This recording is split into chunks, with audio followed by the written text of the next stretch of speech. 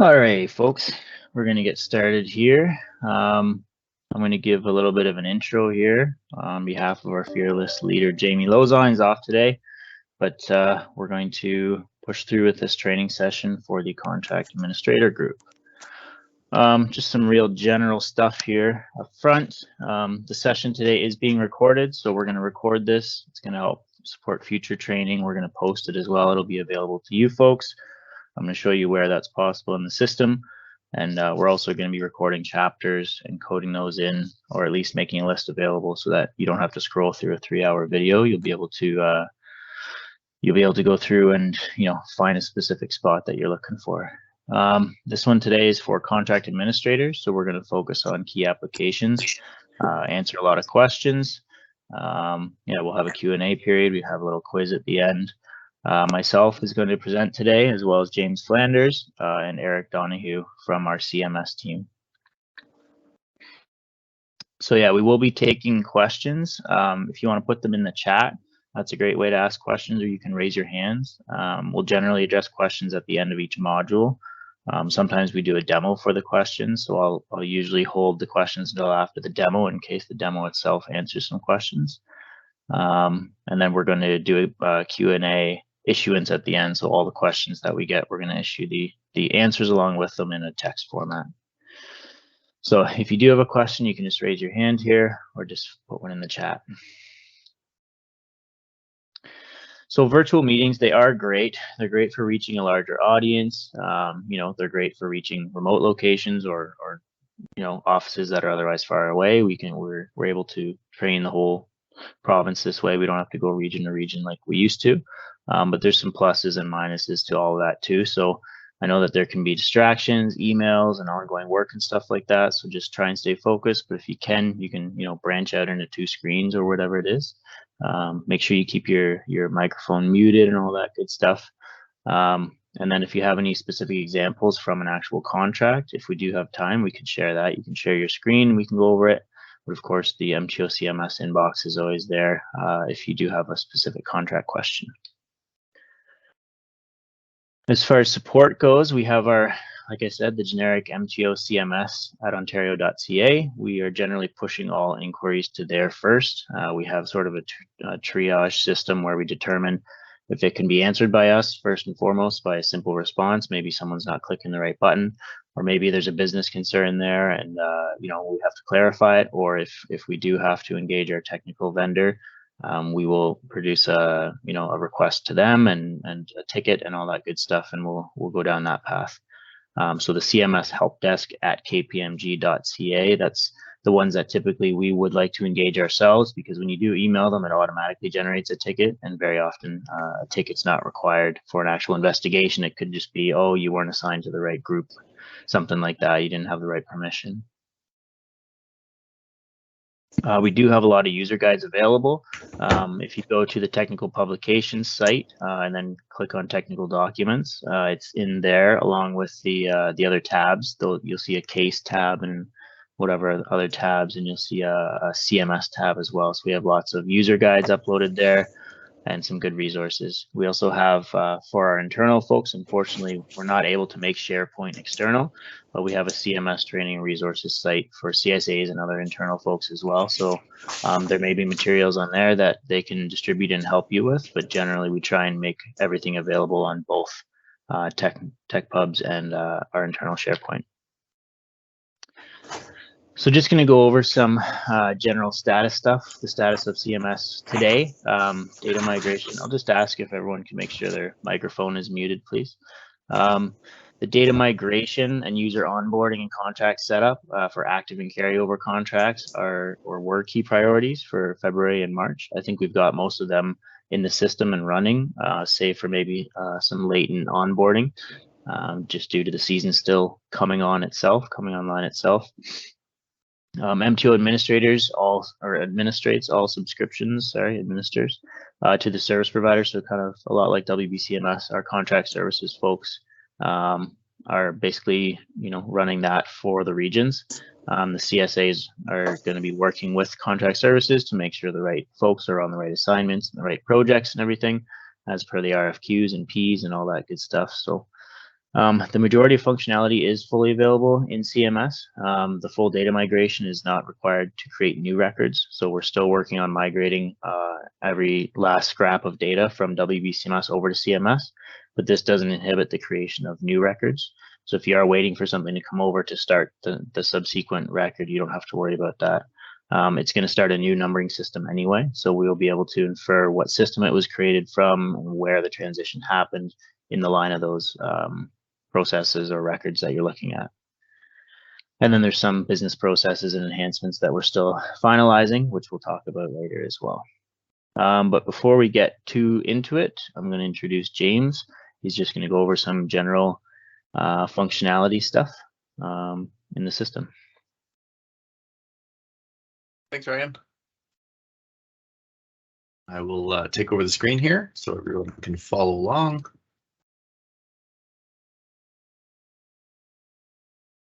Okay. So with the general functionality, really there's a couple of things to start with.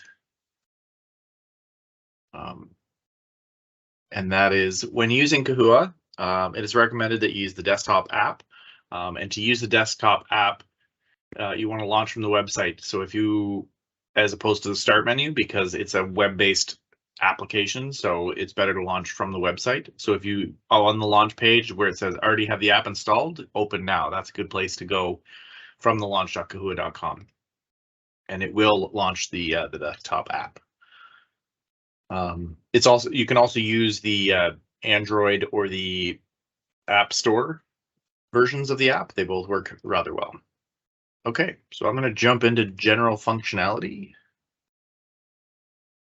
So when you log in, you'll land on the Getting Started page. And before we get too far into this, I just want to mention you may see things within this version of Kahua. I'm in a developmental area of Kahua, and I have a domain administrator access, which means there will be apps and things in here that you may not have. And that's just because of the development environment that I'm in. But for the most part, I'm just explaining general functionality so you can sort of follow along. So getting started, there's the user interface. You sort of land and you can see tasks, messages, tasks by app, open tasks, etc. If it's going to let me today, yeah, you can use Control and then the scrolling on your mouse wheel if you want to zoom in and zoom out. Another way to do that is by clicking on the icon in the top corner. This is how you get to my settings.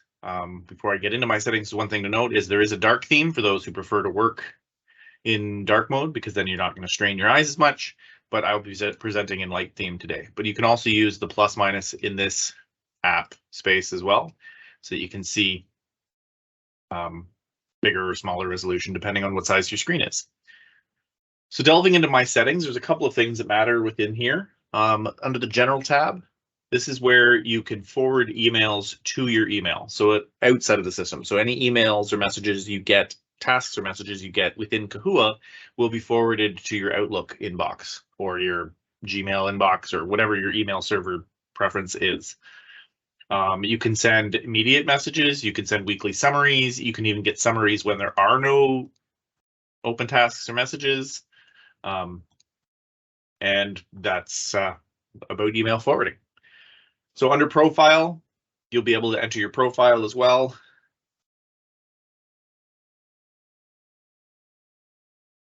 The dreaded snowflake spin. So I'm going to give that a minute. But within the profile, once it comes up, it'll show your name on a list and you can click it. And then it basically just gives you what looks like a standard contact fill-in information. You can fill in your name, your position, your title, your email, your fax number, your phone number, your LinkedIn, your Facebook, and your Instagram, I think, or your social medias. For some reason, this is not loading properly, so we're just going to skip ahead to signature if it lets me. Or I may need to just relaunch. Okay.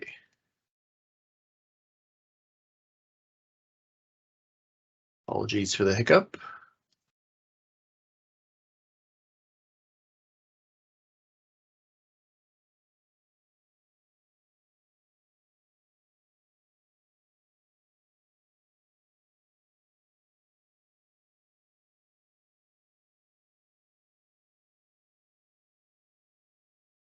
Okay, I'm going to just close it entirely and let it relaunch. Here we are.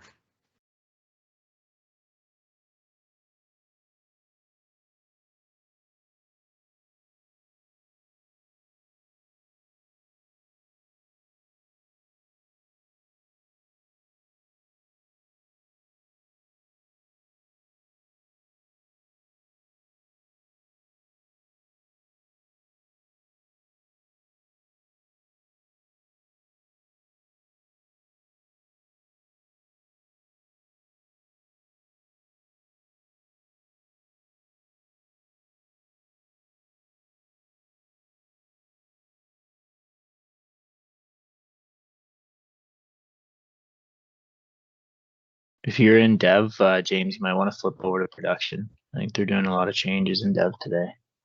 Okay. Well, then let me do that. Let me sign out.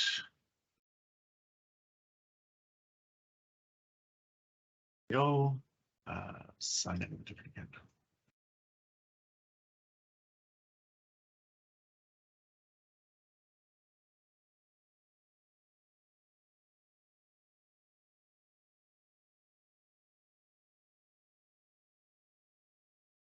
This will just take a moment. I'm going to move this to another screen.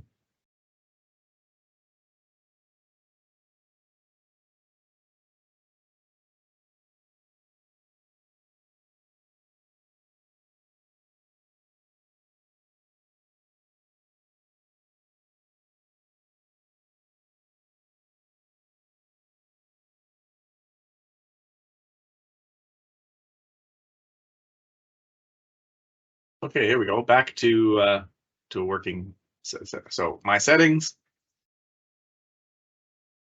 the general, which we talked about, profiles. Should work a bit quicker now. There we are.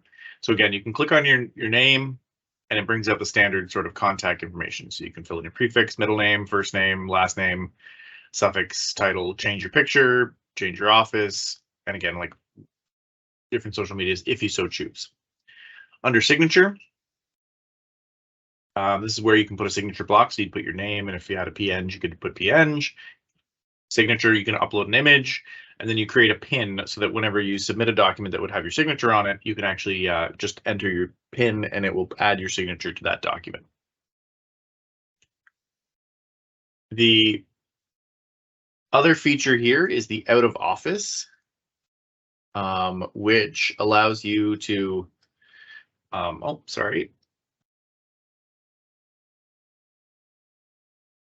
you to delegate tasks while you're out of office. Unfortunately, at this time, you can only delegate to one person, but a delegated user is able to act on behalf of you. And this is the global directory. So you should make sure that whoever you select is the correct contact that you're looking for with the correct company. And again, you can only delegate one person at a time, unfortunately. And this is system-wide. It's not necessarily contract by contract. Okay, so that's settings. The next thing I'm going to look at is the apps and the way that they work. Again, this is just general navigation and general functionality. So under apps, the first tab you come to is the recent, and this will show you any recent apps that you've used. You can sort by vertical or horizontal, which will spread it out. Under all apps, you can see absolutely all of the apps that you have access to, or again, you may have access to. Again, I probably have more in here right now because of the role that I am logged in with. One of the things that I'm going to share with the apps, I'm just going to open a diary. I know I'm in somebody's project. I won't save it, so don't worry. But when you hit new, one of the important things, so within navigating an app, is that you can start by seeing as a list. So there's a list of records. You can have a split screen. That's what these three buttons at the bottom do. Is you can have the list, you can have a split screen between a new record or a record and the list, and you can click the third one, which allows you to look solely at the record. There is a full screen button to maximize if you so choose, but the full screen button down here works pretty well. One of the things I wanted to point out is under notes and other things, like if you're adding pay statements, I believe it's the same. The blue word insert is actually a button. In order to add items, you have to click on the word and it will allow you to add items within those records. Sometimes it's not very clear that the word insert is a button that you can click. So I'm just sharing that information. That's okay. I'm not saving anything because this is not my contract. So next thing I'm going to explain is that there are tasks. Apparently I have a task today. That's interesting. Okay, so within tasks, you can click on a task and it will show you, what the task is. And if I work on it, I can work on it from this point. Under messages, the messages are where you get notifications. So this just lets me know that people have joined the system. So messages versus tasks. Messages are where you can get notifications. And really that's the prime thing. There's two types of notifications. There's FYI notifications, sort of for your information notifications, and then there's notifications of a task. So you can get a message that says, just so you know this happened, and you get a message that says there is a task for you to complete. So the messages and tasks are different, but tasks is where you can actually act upon the requests or the messages that you get. One thing to note about the messages is that, oh, I see a question there. That's very diary specific, so I'm going to wait and let Ryan address that when we get to the diaries. This is just general functionality, so right now. So then the note about messages is messages will access the global Ontario Ministry of Transportation directory, meaning if you're sending a message, it can be sent to anyone within the platform. So again, if you're sending messages or you're forwarding a document, make sure that you are selecting the right person from the right company. This address book is absolutely everybody who's registered. So it's no different than forwarding an email from Outlook. So you just want to, if you're trying to keep things within your project and not shared publicly, that's the important thing to note about messages. The next thing I'm going to share is the file manager. File manager has a standard folder sets. And this is where the WBCMS data has been migrated to. You can see here that some of these documents are filled out. A lot of this is documentation that would have been filtered from WBCMS. And that is where it's stored. This is where the CA team can store documents as well. And the file manager is not visible to the contractor. Okay, so the last thing I'm going to look at is the project finder. When you first click on the project finder, depending on which region you're in, there's a hierarchy, which it starts at the top with the Ministry of Transportation, then it goes into Transportation Infrastructure Management Division. From there, it goes into the regions, and as you can see, there are hundreds of projects in each region. So I'm going to jump over to Northeast because there's the most there. Within here, once you find your project, I of course select the region with the most, so it's taking a while to load. Okay, so here we are. And let's say I want to look for, or let's say, okay, this project here from 2017, Highway 60, that's my project. If I click the star, it will now highlight it and favorite it. So when I move from all projects to my projects, that's where it shows up. If, say, you don't have that specific project, you have another one that's somewhere way down here, the best way to find projects is to search. So if I knew that I wanted to do a project on Highway 60, I can type in the number 60 and it will filter. Okay, here's contracts with the number 60 in it, and that didn't help because of the region we're in. But let's just say I typed in Highway 60. And then any projects that's on, well, okay, we're getting Highway 602, Highway 600, but that's okay. It's still lowered. Now I only have this one page to scroll through as opposed to the full page, which makes it a lot easier to search.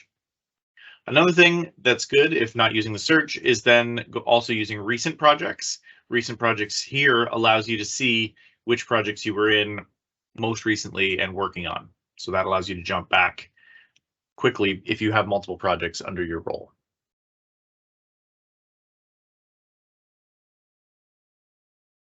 Okay, And that is it for Project Finder. So now I'm going to jump back to our presentation.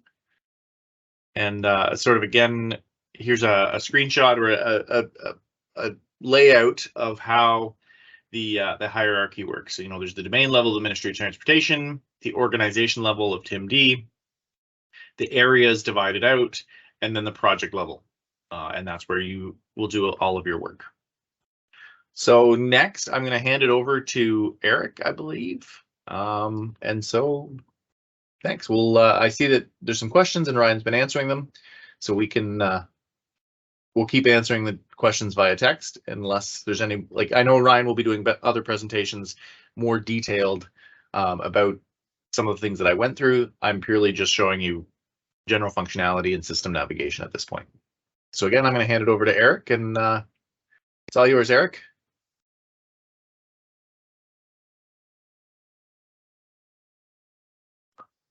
I forgot to unmute again today. There we go. So I'm going to take you guys through a brief run through of what to expect in the material sampling and testing suite within KUA. It is currently still under development. We're targeting mid-May for a go live for a minimum viable product. So we won't have full functionality, but we'll have enough to get a few things going. There's not an out-of-the-box product available from the technical provider to do material sampling and testing.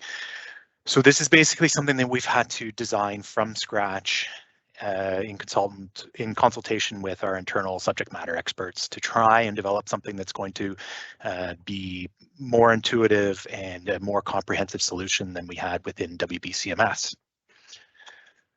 So that being said, I'm going to take you guys first through a little bit of what we're going to do through each of the stages of our launches, and then I'll give you a bit of a peek of what to expect within the system. So our current process, this is the immediate short term. This is what's going to get us through from now until the initial release in mid-May. So this is a very short-term solution at this point. If you happen to have an active contract, I know many contracts are not active yet, with working days not starting until May, so we'll likely not see too much. But if you do have to get any sampling done, we need to complete those using the existing PHCC forms. And your inspector will have to retain a copy of these PHCC forms and transport to the samples to the lab as usual. The QA lab will email the test results out once testing is complete. So this will be back to the old method of choosing one contractor representative, the CA representative, as well as the QAO for the project. So make sure if you're having a startup meeting or something right away, find out who that representative is, and please do let your QA lab know the email lists as we used to do. Field testing, so this is our compaction tests, concrete plastic testing, any of those will be done on PHCC forms as well and emailed through to the CA. The CA has to create a test results folder in the file manager under the CA team section, and I'm going to show you a brief demo of that in just a moment. And that's just for temporary storage of files that aren't being issued under the actual supporting app. Acceptance of test results will be communicated via INC, as they always have been, and we can do that within CMS now. ERS, same thing, INC, the same way it's always been, and that is also done in CMS. And non-conformance reports, if there's any issues that need to be addressed, the non-conformance app is available within the system to use.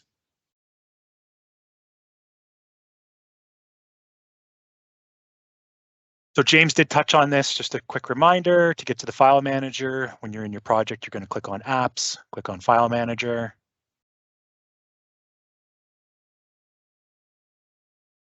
And you're going to come to this screen here. You can see you have a list of folders. If you click on the caret, you can expand that and you'll see CA team. From there, you're going to right click on that, click new folder, and we're going to build this system of folders underneath just for clean tracking of any test results that we may have along the way. So you can see under this test results generic folder that you're going to create first. You need an ERS folder to file any ERS PHCCs as necessary. QA lab tests, so any test results you can file there. And a separate folder for field tests so that we can distinguish between QA and QC test results. So QC compaction versus QA compaction, keeping them filed separately is just a lot cleaner for going back and checking records after the fact, if required. The idea with this is that they should be searchable, so please make sure that you're using, as you're uploading files, that you're using names relevant to the test so that later on we can come back and search for those test results or data as required. And we're hoping that this will alleviate any need to go through and manually recreate all of these test reports after the fact. We should be able to file them here. And there's quite an intuitive search function within Kahua, and we should be able to find everything that we need without having to do a lot of manual regeneration of test results.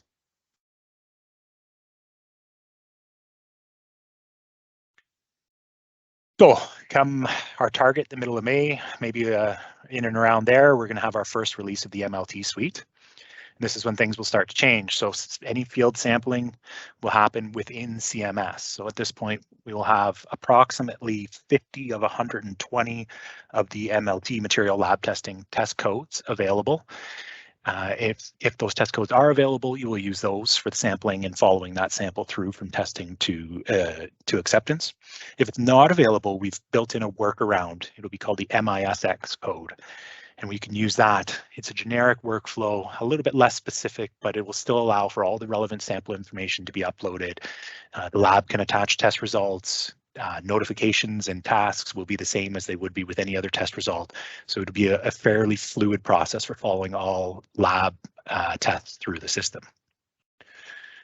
We won't have the EMO workflow set up yet. So any samples that would need to go to the EMO for this release, we're going to pretend that EMO is a QA lab. So the same as you would select your regional lab, you would just select the relevant EMO lab from the list, and then transport your labs accordingly. And you'll use this MISX generic test code to see any of those samples through. In this first release, field testing will still be completed on PHCC forms and emailed to the CA with uploading. QA lab, the nice thing here, we'll have lab testing live, and so QA lab will be entering test results into CMS. Again, about 50 of 120 will be directly within the relevant app. The remaining will be in the generic MISX app, but we've also developed a system to generate names, naming convention for the files and the records, so that they still will track by the old test code names that you're used to from the WBCMS days. That's the AQA2s, the AGH12s, those sort of things will be in the file name, so it'll be easy to track. The CA will continue to upload test results, field test results, and ERS to the file manager. Acceptance of QA test results with INCs, and ERS is still with INCs, and non-conformance reports will be submitted as usual.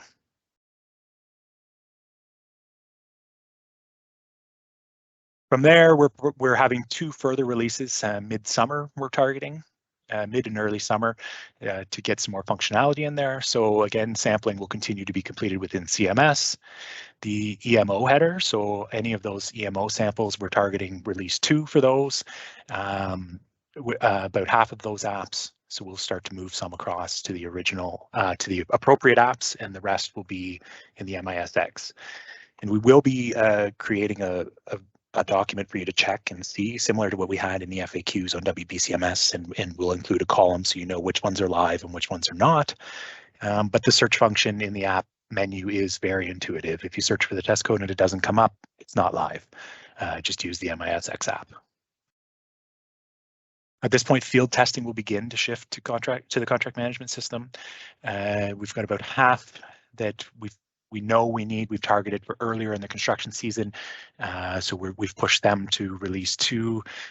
Some of them are not as critical in smaller data collection requirements, so we've pushed some of them to release 3 just to keep things moving as quickly as possible. But again, we should have about half of the field testing live in release 2.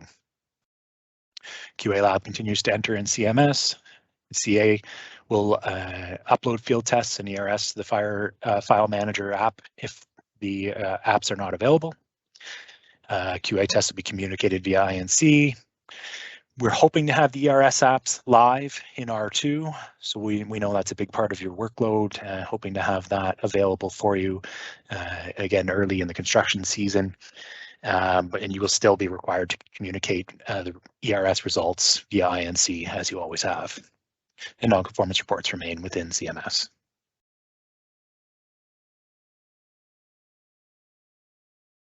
Let me give you a bit of an overview now of the actual workflow that's associated with it. So you have an idea when you're seeing samples working their way through the system, where they are, where they're sitting, where they need to go, if there's a hang up, maybe what you need to anticipate. I'm not going to go through everything on this. I'm going to give you the highlights that are sort of most relevant to the CA position. So we start up here and we need to initiate a sample. So a draft sample collection can be completed by either the contractor or the inspector, as well as by the CA or the TSO. If the CA or the TSO creates them, it's a bit of a fast track through to the lab because you don't have to have a CA review.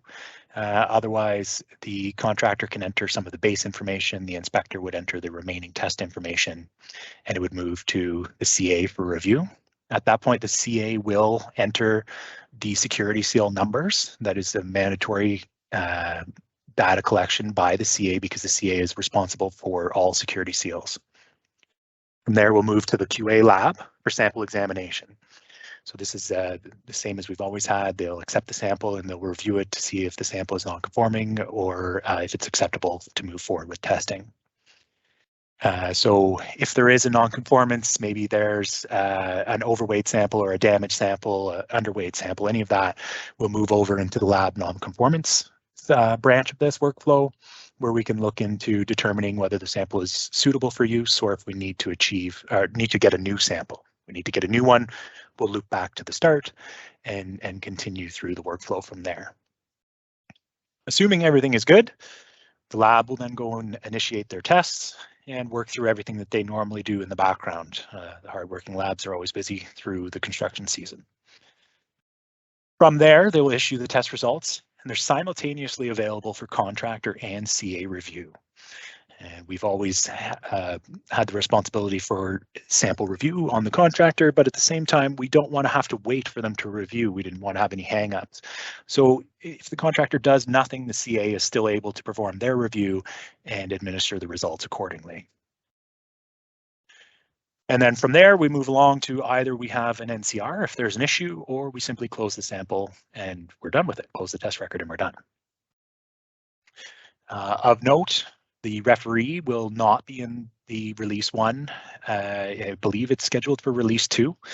We'll do that outside of the system. The CA will receive test results from the QA lab, and then we'll go in and attach those results to the original record that was underneath the referee request. EMO samples, again, as I mentioned, we won't have the EMO section live in the initial releases. We'll have to pretend that they're the QA lab, but we've got some pretty good functionality there. So you know, we still have to deliver to the QA lab as usual, but we should be able to work through it as required.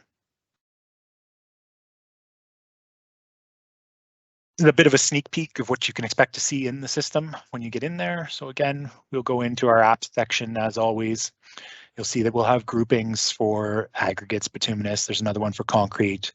There's a material MIFX code up there. That's the generic code that we're going to use in the event that we don't have the lab test that's required. And as always, you can use the search function up at the top to find any test code that you're looking for. We're using a pretty comprehensive naming structure, so you can search by the test name, the test code. It should be pretty easy for you to find what you need when you're working in the system. So from there, we'll initiate the sample. So we have our basic details that are required to be collected, who it was sampled by, who it was witnessed by, the contractor contact name, you know, if there's a waybill or a relevant supplier name, hauling agency, any of that, we collect that information off the hop. And then we move into the further sample collection data and test requests. So this is where we get into a little bit more of the nitty gritty with our sample data sheets that you would normally see on paper in the old days, collecting any relevant information that we may have there. Just again, giving you a bit more of an idea of some of the fields that may be required. This is specific to the test code, so these fields will change depending on the test code that you're working on, and we've got a fairly comprehensive generic set for the MISX. So that takes you to the end of what the inspector can put in. The CA will have to come into the system when they get a task saying that the sample is ready. They'll click Add Security Seals and select the appropriate seals from the list. CA always has the option to click comments and add any comments as necessary. From there, you can save and close. There will also be a submit button. These screenshots are taken from the development environment, so the submit button is not there, but that's what you'll need to push it through to the QA lab.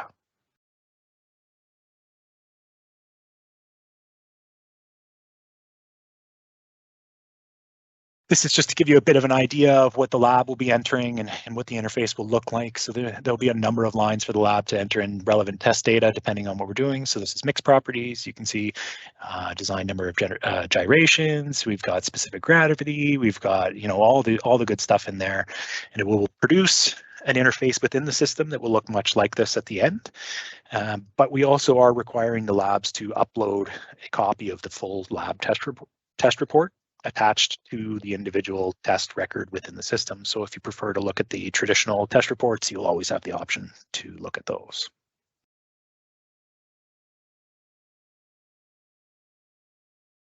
So from there, the sample moves on, and this is where we'll have the contractor and CA review happening.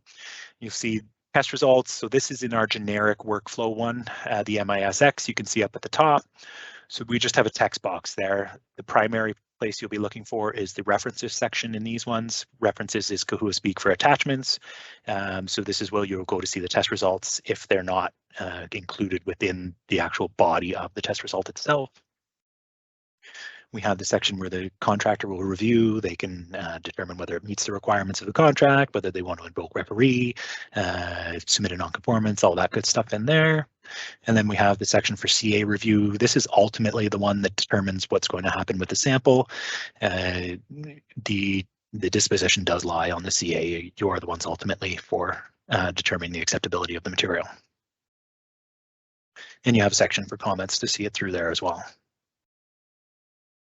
And that's the end of my presentation. If there are any questions, I don't think anything popped into the chat during that. Yeah, I think we covered them. Probably a fair statement is that there'll be a lot more detailed, excuse me, MLT training coming up very soon. So we're going to answer a lot of the more specific questions. I think the last one was specifically like what button to push, to assess disposition against one single sublot. So we'll cover that stuff later. All right, lots of good questions already. That's good. Okay, change management. Already some questions about this as well. We're going to cover all aspects of change management. We're going to start kind of from the bottom and work our way up. So starting at the bottom, as we know, the most complicated change management piece is T&M. So starting at the bottom with those is our equipment, labor, and material lists. So just cover basic functionality, a couple updates and enhancements we have to those, and then we'll move on from there. So the equipment list, labor list, material list, they can all be found in the same fashion. So you're going to search your apps, and then you go to all apps, and then you'll find it there. You can also always use the keyword filter at the top. There's basically search and keyword filters at for any log list or any aspect of Kahua, and then you find whatever app you're looking for there. Or you can just search it. So you can create singular entries in the equipment list. This is largely for the contractor, but of course the CAs, if they're missing a piece of equipment or you need to, supplement your diary or something that the contractor hasn't submitted yet, you can always create one yourself. You're going to just click new and then fill out the various fields on the right. The mandatory ones are marked in red, obviously. You've got your make, model, asset number, and then rented or owned. The rented or owned, if you remember from WBCMS, is very important because that will dictate how it's calculated and considered in the TMSP down the line. There's also, and then there's always the, you can save it if it's not active yet, and then once it's on site, you can activate it. Down below, there's also more so for the contractor. they can import their equipment list. So it's fairly straightforward, just like the WBCMS one was. It can be temperamental in that you can't change the spreadsheet around at all because the system is expecting to receive it in a certain format with certain fields and stuff. So don't change anything around too much, but we'll cover this quickly. And I went over this with the contractors yesterday too. You're just going to click More, Export, and then click OK. You'll get a template. That's going to save the template to your desktop here. So you just save it wherever is appropriate, and then you open it. First tab has some instructions and an example there. So it kind of lists all the various fields that you can input and then an example of how that would be filled out. And then you can see in the bottom here, there's a second tab for the actual equipment entries here. So the fields over on the left here, you can delete those. They're going to be auto-filled by the system. I believe the system might overwrite them, but it's caused some problems before. So you can delete those and make them blank, because when you're uploading it, it's going to assign its own numbers. So this might have been 2, 3, 4 in the export, but you want to add 6, 7, 8 now. So you're going to delete those and then re-add them in with new pieces of equipment. Here, you don't change any of this stuff. That will all be changed by the system as well. And then these are the fields that you're going to look to fill out. So your asset numbers and your descriptions and all that kind of stuff. Once you get that filled out, you can see here I've got the new entry in the bottom here. I'm just going to go save that to my desktop and then return to the system. Save it in the top left there. Again, so I'm going to click the More button, but I'm going to import it this time. It opens up your desktop again. You choose whichever one you're looking for. You open that, chug, click OK. And then it will also give you a little breakdown of what files were imported. So it's kind of like this amount of files was imported successfully. You get a little summary there. You get 5 files there, and then you can see my new piece of equipment at the top there. The labor list. So we've changed this one a little bit. We've broken it out into kind of 2 different tabs. If you remember before, you're going to access it the same way: apps, all apps, and then labor list. You can always search labor in the top as well. If you remember before, the labor type was in there in the same field as the laborer, so it would kind of be typed in every time, and there would be a lot of vague entries, and it would be hard for the CA to infer what labor types there were. Sometimes they would be coded and stuff like that as per the contractor's labor sheet. So hopefully we're hoping with the separation of the laborers and the labor types, it'll help make things a little more clear. So the labor types will be set up, and they will populate drop downs in the laborer list. So it can be, nighttime, daytime. It's still, at the control of the contractor, but it's going to create a unified one. So there'll be one labor list for potentially 10 or 20 different laborers, or sorry, labor type for different laborers. And that should hopefully, unify things. So if a laborers or a contractor is in there trying to set up a new labor, they'll go, oh, there's already this labor type, instead of creating their own. And then there's truly 3 labor types that are all named differently, but they're one labor type. So we're hoping this will help. So you can also, or the contractor more so, can import them as well. So it's the same process here. You want to not touch certain things in here, they can fill out their labor list and import it similarly to the equipment list. Material list is different. So the material list was the DSM list previously, but I think it was convoluted with the daily work record materials, and we've separated that again. So the material list, as it stands in the system, serves the DSM submissions from the contractor, and there's some links and stuff in there that link back to the DSM. The materials, as they relate to a daily work record and a T&M change order, are different. They're simply just typed in. They're supported with invoices, whatever it is, but you don't have to create an entry in the materials list and link it to anything and then be able to pull it up. You just write it in, and we'll cover this in daily work records next. There's a materials list. You can see the DSM section here, so this is what it looks like now. They can add stuff in. They can add a link if they want. They can add a URL link to help us quickly find whatever item they're looking at, but that's about it. So I'm just going to demo the equipment and labor material quickly. Probably just do one. Do the labor just to show the labor type. Hopefully that's a little easier. Okay, So I'm going to go up to my apps here. Again, all apps. I'll just search labor.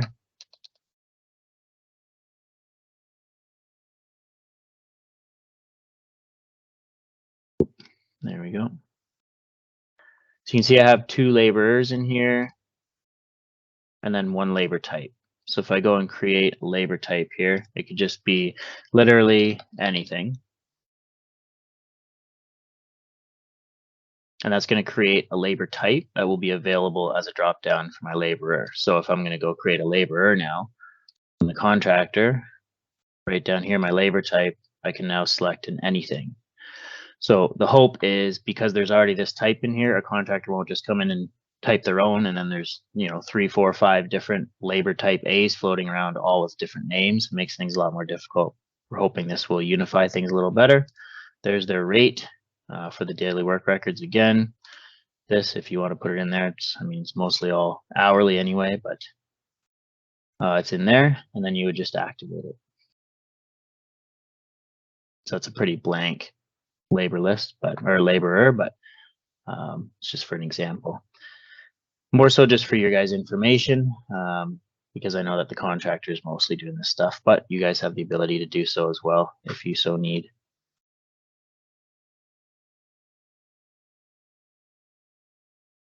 Oh, I'll try and zoom in a bit. Sorry, I just saw that about the screen being too small, so I'll zoom in on the next one. I don't see any questions on that. It's pretty straightforward. Change management.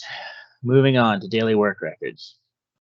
So CAs and inspectors no longer take daily work records in the system.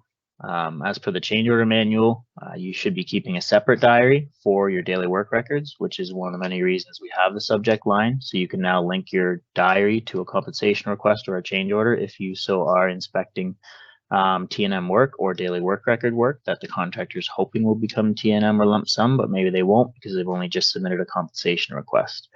But the actual process for reconciliation follows the actual process again that it used to in paper-based, which is the contractor will give it to the inspector. The inspector will input their own version of each number and entry, and then that will go to the CA, and the CA will input their own version and entry for the numbers and the quantum of the daily work record, along with any comments and anything else. And we'll go over that in a second here. So this is what the daily work record looks like. The contractor will put a title in, but then you notice the type of contractor here. So we have basically ripped apart change management and particularly time material change orders because it was so awkward and so difficult in WBCMS, and there's a lot of things that just didn't work. So we will cover TMSPs after this, but this type of contractor kind of. Oh, is there a question? It kind of foreshadows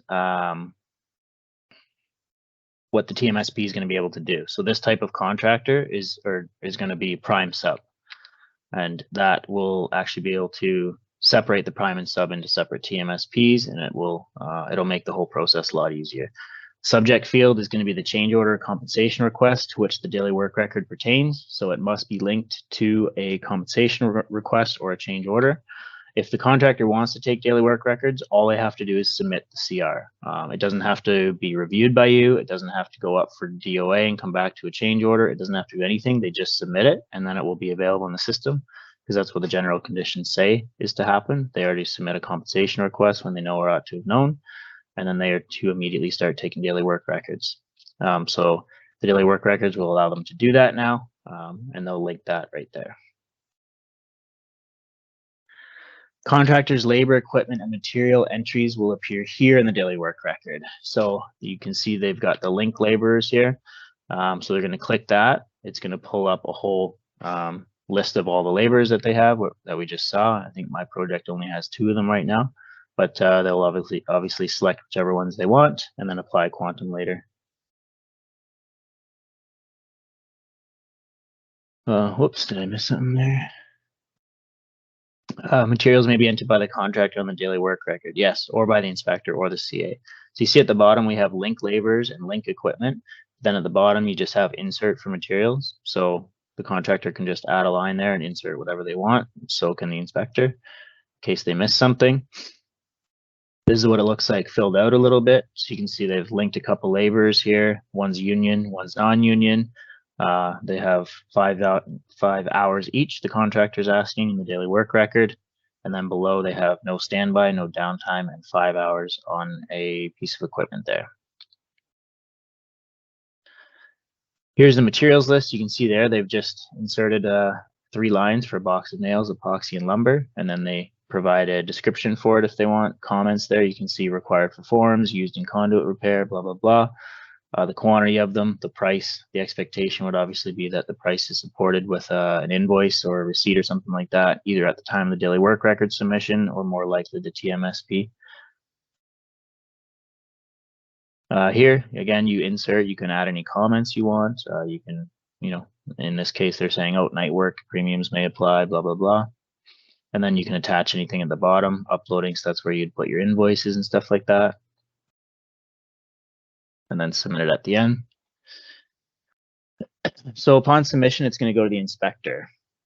The inspector is going to review it and can add their own numbers. That's what I was talking about. It'll go to the CA for final review, and whatever the CA inputs as those numbers will be the final numbers. There's no reconciliation that's going to be run with a daily work record from a CA and a contractor. That's it. That's the number. Because the old days of the carbon copy daily work records, contractor would put their numbers. It would come to the inspector. They would scratch it out. No, I think this. No, I think this. Give some notes. Give it to the CA. They would discuss it some more, and then that would be the document. Well, that would supplement with the other daily work records that they would use to review the TMSP when it came in, and obviously compile their own estimates and numbers for it. So this is what finished DWR looks like. So this has gone through reconciliation now, so to speak. It's been reviewed by the inspector and the CA. So you see up here, there's the contractor's numbers here. There's those 5 hours for digging. You can see the inspector agreed with the 5 hours for Jim, but apparently Dave took an hour lunch break, so he's only giving him 4 hours, and the CA agreed with that over here. So you can see the final numbers for labor will be 4 hours for the top labor and 5 hours for the bottom one, or for the bottom one. Here, same thing with the equipment. You've got the contractors, includes the inspector, down by, standby, and actual hours, and then the CA as well. So opportunity to provide numbers for every entry that the contractor does. Oh, and then same thing for the materials down here. The inspector and the CA can input their own materials if they like, or their own prices for it. Please note the inspector is still required to receive and retain the hard copy material weight tickets associated to the TNM work. Just because it's paid by change order doesn't mean we don't need the tickets to support the materials that are within the change order. And we do have a material weight ticket suite that we're going to go over, but it wouldn't be appropriate to put them in there because those are going to pay tickets against the item. So we just have to retain them to make sure we have them to support the change. We have a system demo here, but there's a couple questions. So why spend so much time on TNM and daily work record? TNM change order is the last resource for payment. Well, for one, it doesn't matter how little it's used. If it's complicated, it needs a lot of time spent on it. And I can tell you, from the provincial standpoint, performing a lot of audits and everything else, there are lots and lots of daily work records and TNMs. And when you do have to go that way, they can typically get more contentious than other change orders. So yeah, we definitely, we had some business gaps to repair from WBCMS, and I think we've done that. And like I said, even if we only use it once per contract, it still has to work. So, but I can promise it's used a lot more than once per contract, even though it's obviously the least desired. Can CA or inspector send back daily work record to the contractor for any errors or change? So they can't send it back, but they can add anything they want. So they can not only reduce numbers, they can add hours if they want. So if the contractor put 5 and he went, oh, actually it's 6, that can happen. They can add materials themselves if they missed a material, or the contractor can just choose to submit another daily work record and they won't include this one, because you can still, it'll present to you all the daily work records that are linked to a specific change order or change order when you're doing your TMSP, but you're not forced to include all of them if you don't want to. So the contractor could just not use one as well.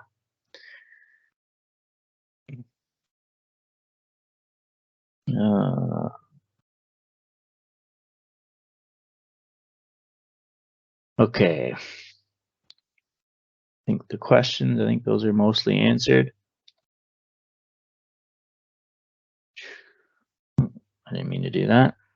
Time material summary for payment. Okay. TMSP. So like I said, it's been overhauled. So multiple TMSPs can now be linked to one time change order. So on top of being able to separate prime and sub, union from non-union, rented from owned, we can assign multiple TMSPs to one change order. So this means we can progressively pay a change order that is spanning a payment term. So if a T&M change order is going 2 months and the contractor wants to be paid for all the repairs for potholes they've done in month 1, we can do that without having to close out the change order. We can separate the prime and subs and the union, non-union onto separate TMSPs to make everything easier for calculation purposes. And we can also, I think I saw this question earlier, we can just in general to change orders, but we can recirculate for increased value DOFMA approval anytime, well, not anytime, but anytime it's appropriate. So that would include time material change orders or any other basis of payment. If the contractor's estimate comes in higher and you agree with it, then you'd recirculate for DOFMA. And we'll go over that as well. I just see a question. We will be covering road reports for sure. Yep. So here the contractor, so the TMSP is contractor driven. It always has been. They're going to pull up a new one and create it by linking in a change order right there, or sorry, they're linking their daily work records. I think above here, I show it in the next slide. They link in the actual change order. But here's what I was talking about, where they have the ability to select whatever daily work records they want. So they can click link it and they can click both of those. But if they knew one of them was wrong, they could choose not to include one. Or choose both of them, and then it's up to the CA to have marked that one down appropriately or fixed it during the reconciliation period. You can see over here, just remember, sometimes there's grids like this where you can't click on the actual record line. You have to click on the little checkbox beside it, and that's to facilitate the multi-select. So here's the top of the change order. So this is change order 007. We can see that there. It's for time and material basis of payment, and it's been issued to the contractor. So the contractor, their first step is to submit their estimate. Just like any other change order, they've received a T&M change order, they submit their estimate first. They'll populate the TMSP by linking the relevant daily work records. We already covered that. Oh, I think this is a duplicate slide. I keep forgetting to delete.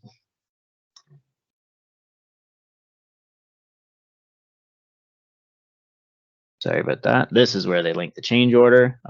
Obviously, the compensation request is not an option here because by the time they are doing a TMSP, there has to be a change order in place. Otherwise, we don't agree with there being a change, and they probably have a compensation request submitted in parallel. But you'll link the change, or the contractor will link the change order here, and then down below, they will pull in any daily work records that apply to that change. So that link below is what I was showing previously. That will pull up a bunch of daily work records that have been linked to that change order or that compensation request. I don't know where I mentioned it, but if the contractor submits a compensation request and they begin taking daily work records that are linked to it, if that compensation request results in a change order, the linked daily work records will also carry over to the change order, and then they can continue to still take daily work records linked to that change order, and both batches will be considered in the TMSP.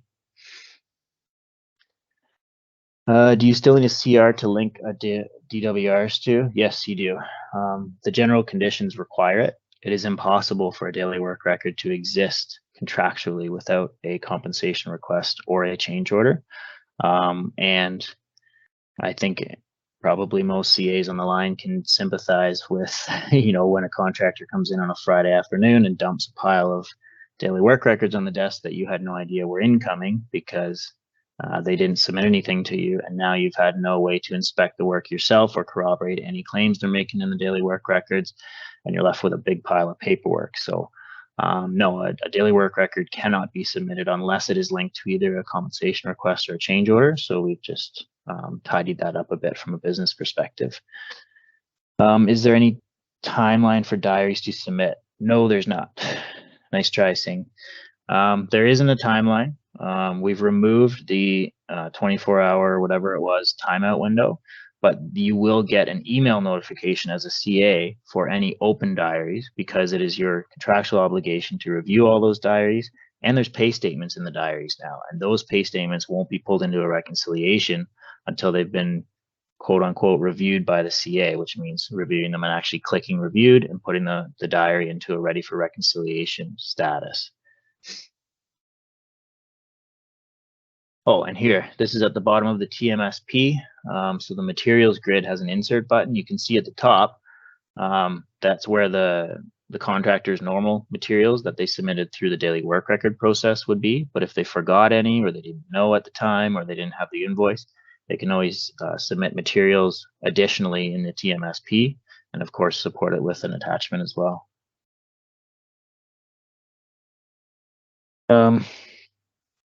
How does a CA review the diary? The diary comes to the CA and they just click review. There'll be a task in your tasks as well. What should the process be in the event of high rain? For example, you suspect there's a normal weather event of 3 days. Should the contractor submit a CR on day 1? So that's erring more on a policy and a business question. I was a CSA and a CA for years. My answer to that would be it's the contractor's responsibilities to monitor all weather. If it is a working day contract, it's one thing. If we're talking abnormal weather with a capital A, like you mentioned with a lowercase a, that's an entirely different thing, and it's not something that can be proven in advance based on the calculations we have for abnormal weather. It requires, 25 years or 20 years, whatever it is, of previous weather data, and, standard deviation calculations and all that stuff. They can't just say it's raining, here's my CR. Absolutely not. So contractor can select unfinished time material change order to get paid portion of the value. Is it right? Yes, sorry. Yeah, so the contractor can get paid for what they have accumulated so far on a T&M change order without closing out the T&M change order. But be able to submit the DWRs, if they want, if they want to submit daily work record for like water passage and keeping the site dry and everything like that, then for sure. Yeah, I thought you were talking about delays. Sorry, none guessed. It's a unique name. Is there an app for working day statements? You guys are blowing my whole slideshow here with the questions. It's like we pay you guys to think critically about this stuff. Yes, we'll go over working day statements. Are there time locks in the daily work record? No. No, there's not. Can CA send back to the inspector a diary if something doesn't agree with them? They can change, like they can make some changes. So they can make comments and stuff if it's to do with the contents of the diary. If it's an actual pay statement, I would have to look back and remember. We can look in the diary thing. I don't think they can change pay statement quantities, but I might be wrong on that. So remind me when we're doing the diaries, but they can negate them. So if you terminate the diary, it will terminate and negate whatever quantity was included in the pay statement, and it won't be pulled in. And then they can just do another diary with the correct pay statement and title it correction to whatever diary, link the previous diary in, and you're covered from a process, from a financial, and from an audit standpoint. All right.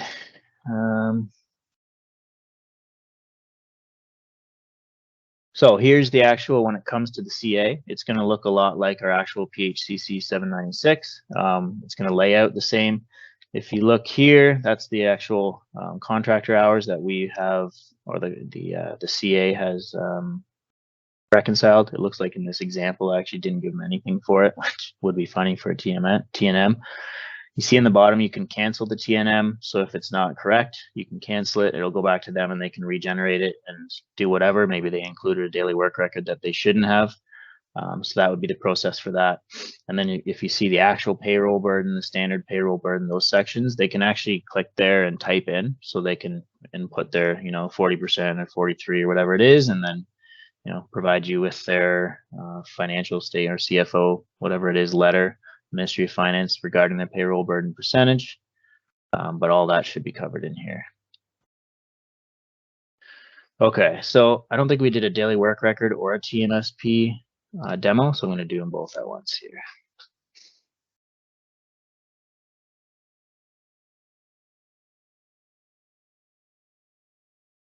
Okay, oh, I'm gonna zoom in a little bit. I hope that's better for folks. Daily. Just gonna start a new one here. Pop open on my screen. Yeah, it's nice and big. So here you've got the title of the daily work record. Not required, obviously, as a piece of business, but always helpful. This is where you designate the prime or the subcontractor. This, of course, will be the contractor taking these actions.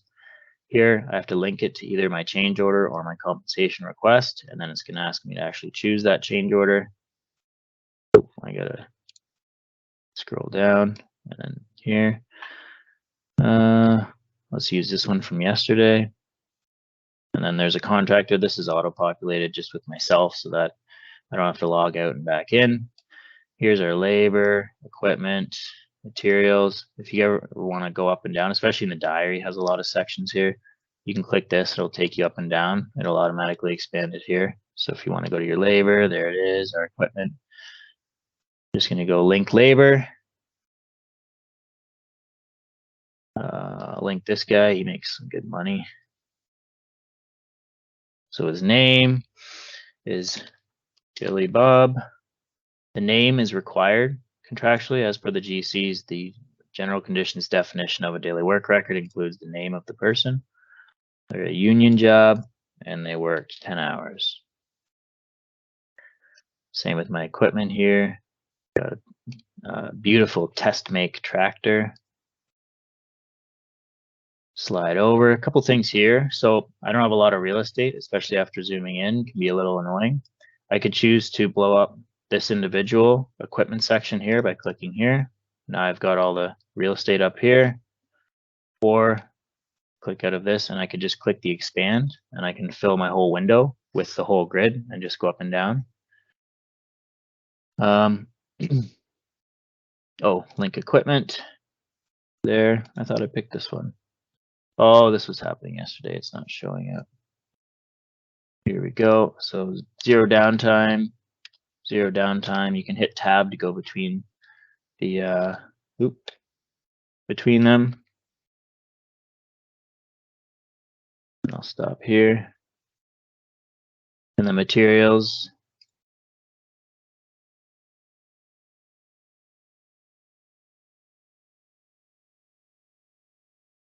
One was $100, special whitening stuff. Okay, now I save and close that. You see I can add any notes if I wanted as well. Just gonna go back to the compact version here, and then I'll submit this. Boom. So I went to the inspector. Normally this would be a drop-down inspector, so the contractor can drop down and choose which inspector it's supposed to be going to. Oh, I just remembered something.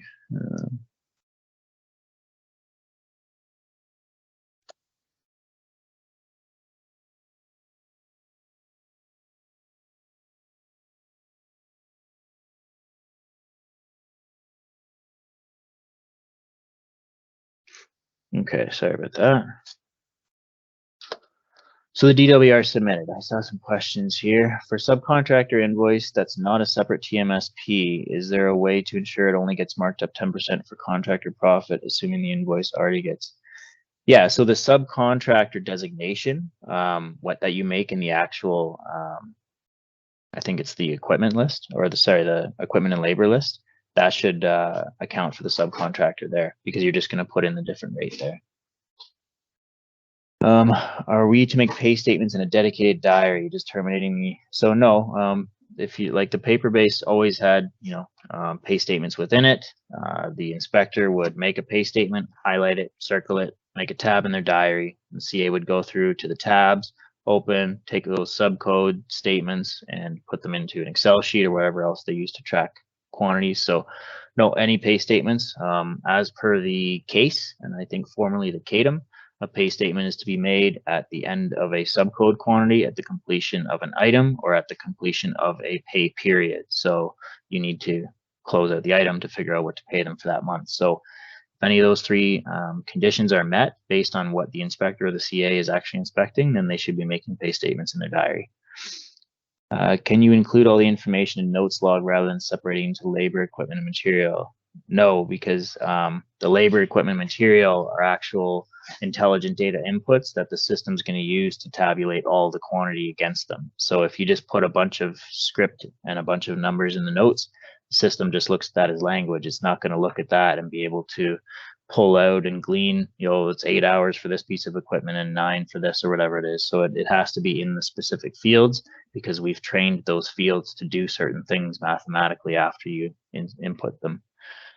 Is there a statement on the daily work record to say if work is complete or not? There used to be a tick box in the old PHCC form. No, I don't think there is actually.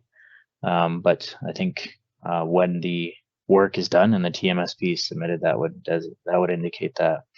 So there's not an item posting anymore, similar to what WBCMS had, or all pay statements ended. So there's no more item postings. Item postings was only WBCMS. For decades, we had pay statements. We made them in our diaries. For 5 years, we didn't, and we're going to return to making pay statements in the diaries with no item postings.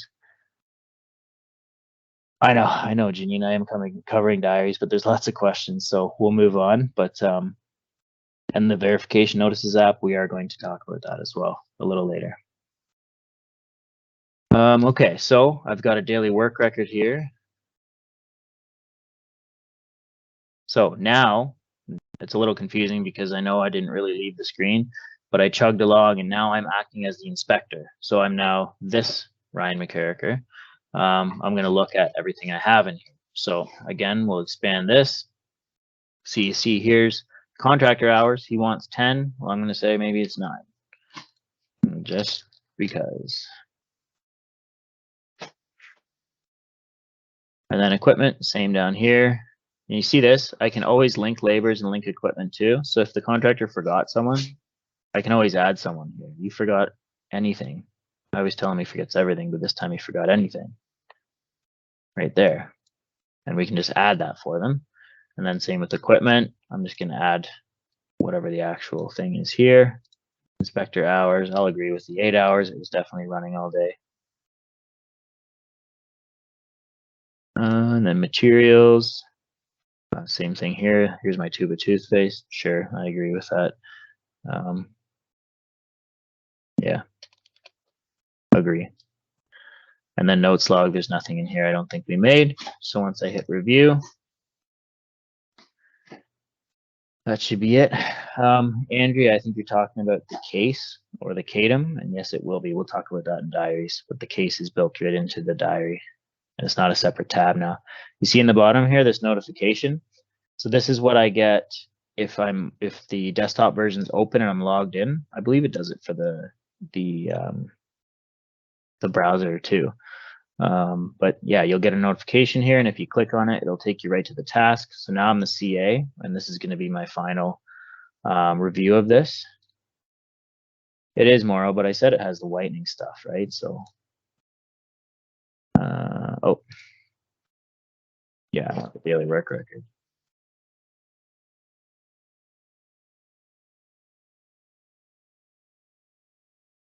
There we go.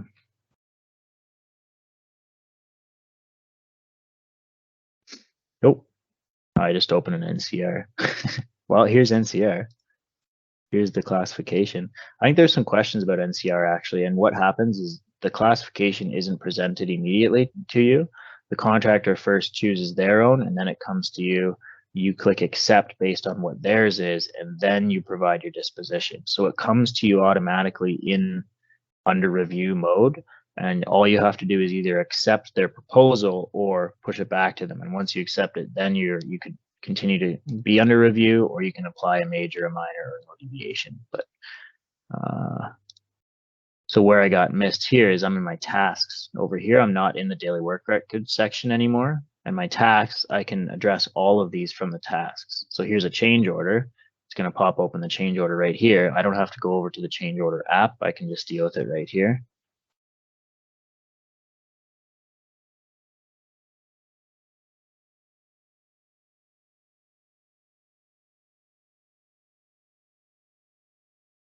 And there's a change order, but anyway.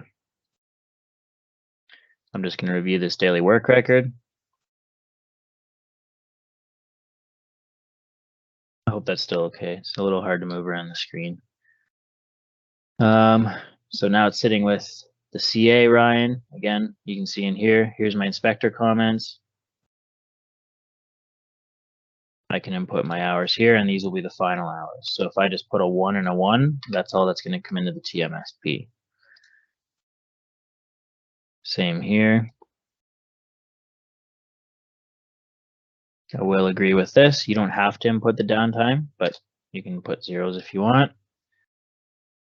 Get rid of this.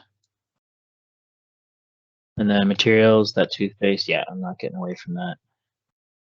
And then I just review.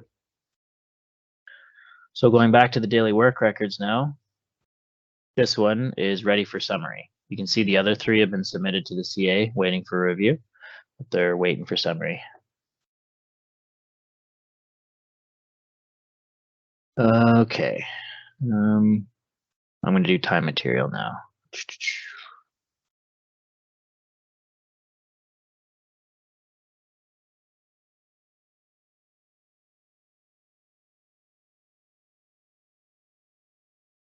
I'm going to start a new one.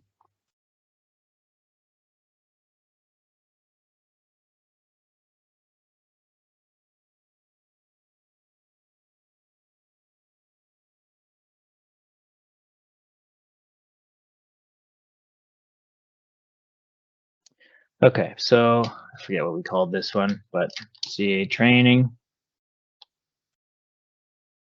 So the contractor, the prime, the sub. So that person who was asking before, how do you separate the prime and the sub? It's right here. So you designate them either prime or sub in the labor section, and then you apply them here.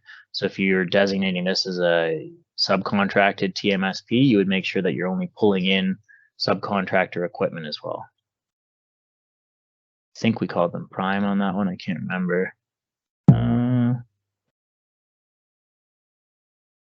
Oh, except I didn't link any. I linked them to change order 10, but I guess change order 10 wasn't a lump sum, so won't be able to go all the way through, but that's okay. I'm just showing this process. Here's the linking. So there's our DWR4. Even though it was linked to a different one, it was linked to change order 10, but we can still link it in here if we want to. I think if I save, the summary will pop up.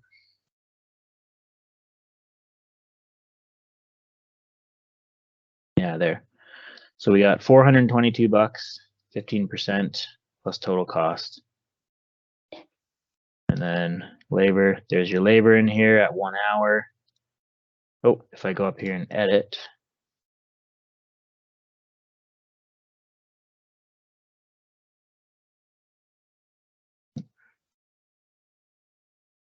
So here I can put in the actual payroll burden there, whatever it is. We don't have our standard 40, so as a default, maybe we can add that, but the contractor can put in whatever they want, or the standard 40. And then just save this and submit it.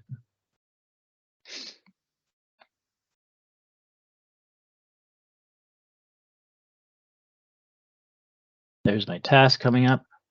You see over here, it flips me to the tasks app.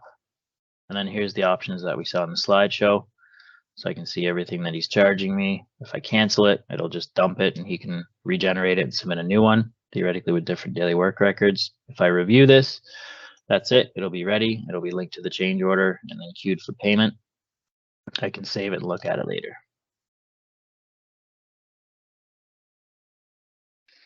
Okay, Weeb, I haven't seen you for a long time since St. Catherine's training.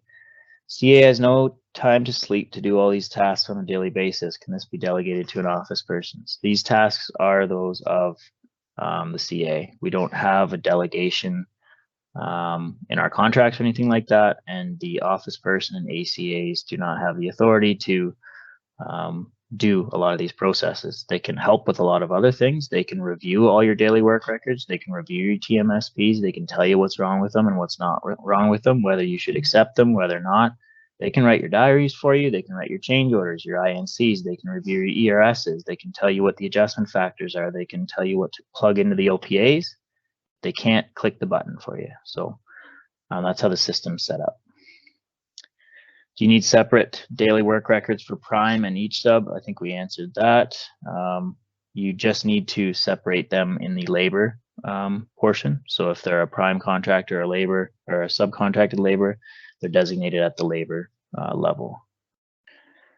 Should the status always be, so that's a change order. So yeah, the status for initiation, I wouldn't worry about too much. I think as long as initiations resulted in a change order, it will remain open. I think it's only closed if the approval process or someone else cancels the initiation and then it's closed. But I think the main concerns are the change order and the price agreement workflow. What happens if he is sick for the day, and how does he know that review is completed and where's the record for it? So we have a delegation feature that James showed you right off the hop up in your profile here, your settings.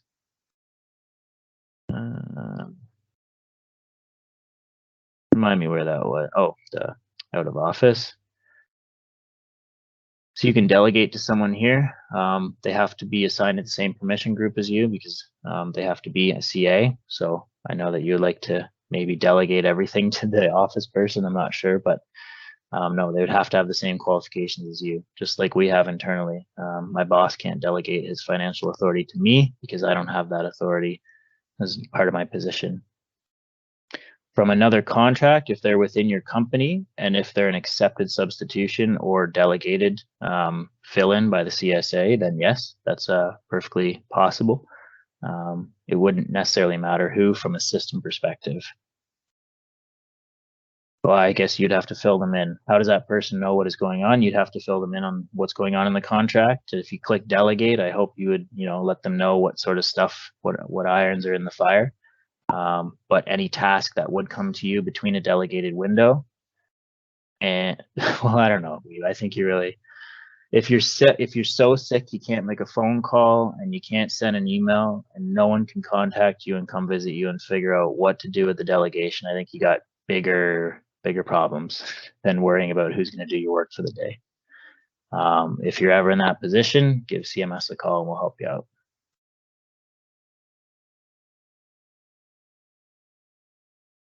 Okay.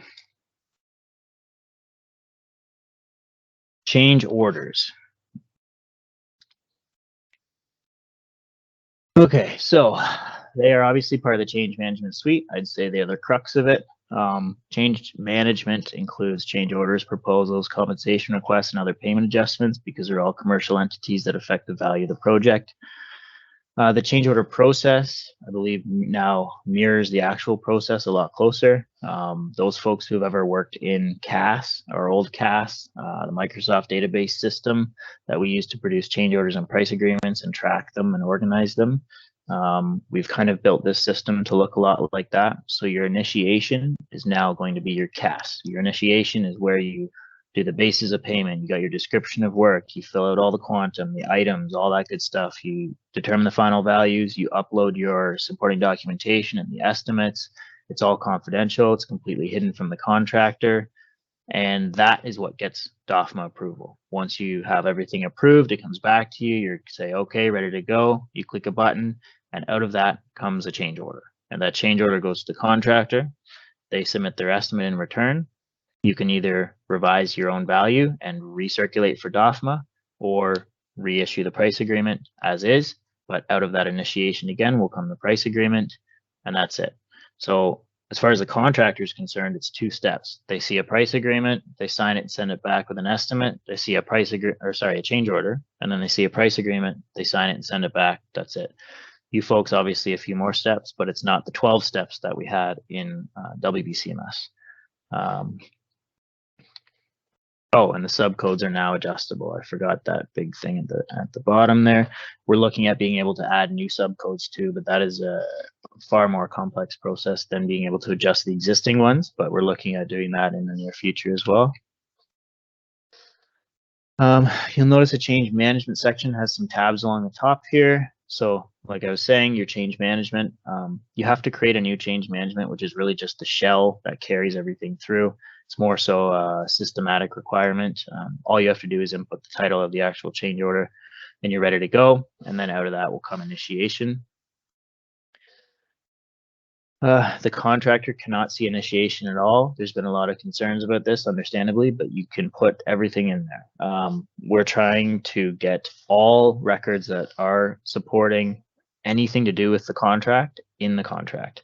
So file manager is now restricted from contractor view. We want your files in there. We want it to be a repository for our project files. We don't want to have to go to a linked CA agreement, go somewhere else, go into a documents folder, try to infer the file structure and the titles and everything and look for a file. It's not good housekeeping. So we want all the files in one place.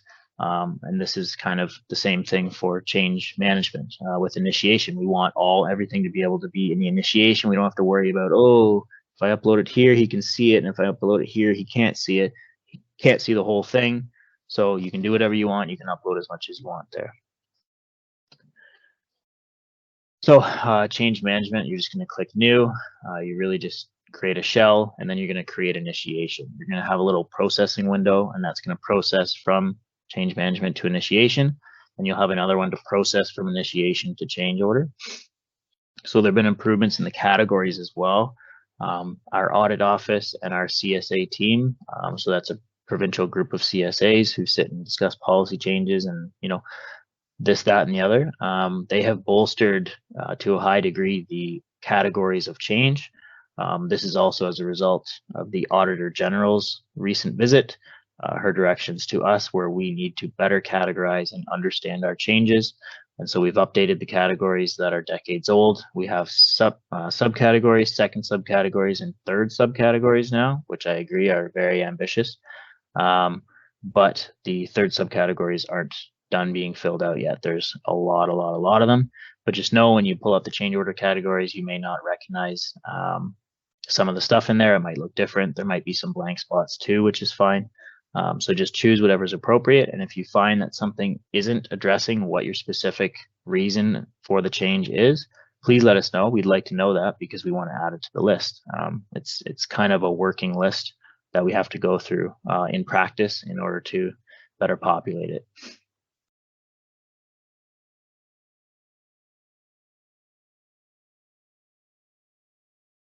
So if you note the extension of time option, this is only available for claims linked change orders. So if you remember in WBCMS, if a claim came through and then time was awarded for that claim, there was no mechanism other than the EOT to actually extend the time of the contract. So now we're going to do that by change order. So if a claim comes through, you can create a change order, tick extension of time. That's going to allow the system to actually affect the time. It's going to go to the head of construction for approval, and then we'll be able to enact the awarded time that way without having to request they submit an arbitrary EOT or CR for the time. The details section is the bulk of the grid, obviously. So the change order type, you've got all our normal changes, change in the work, additional work, and $0 change order. $0 change order, there is a known issue right now where it's going directly from the CA to the contractor, but we're going to fix that very soon. It's part of our upcoming sprint here. So if you do have a $0 change order, just make sure you run it by your CSA, see if they can get approval from the ACE prior, and go by that way, but we're going to fix it soon. Description of work input field will tumble down for hundreds of lines as well. I'll show that in the demo. So you should be able to, type as much as you want while keeping it as short as you can, as per the change order manual. The portable form is configured too. So if you want to export these, it's going to look a lot like your change order and your price agreement form or your additional work form. So here, the statement at the top here. Oh, thought I had it highlighted. Yeah. This used to be on the old PHCC 851. There's a statement: the contractor may apply for an extension of contract time in accordance with the terms of the MTO general conditions of contract. Use form PHCC 775, which was our EOT form. That went through a few iterations in WBCMS before it landed on our critical path known from this change order. at this time, and it's caused some issues and some confusion in the industry. So we work with the claims office to try and describe this as best as possible and make the statement as clear as possible to the contractor. So see up here. So if the contractor is expected to complete the additional or the extra work that is included in the scope of this change order without additional time, because we can't afford it or it's not expected that they should get extra, you would check that box. And what the system's going to do is put this statement on the form to the contractor. So the contractor will read, the contractor shall perform the work of this change order within contract time by an adjustment to or additional resources and hours of work as required. So that's basically saying, we don't expect to give you more time, or you shouldn't. It doesn't negate their ability to submit a compensation request for time, certainly not. But this would just be enforcing the business that you would again use to reject the time later. And examples could be either we're behind schedule and crap, we didn't realize we needed this, but we can't extend. We have a public commitment. We have to open the highway. It's snowing already. Whatever. We can't give you more time. That would be one instance. Or maybe we had the wrong bolt size or the bolt type, or something wrong on a drawing, and it's okay. Well, here's the right one. Here's $50 for the difference in whatever, but we're switching out a part, so you're not getting more time. It's going to take you the same time to install either one.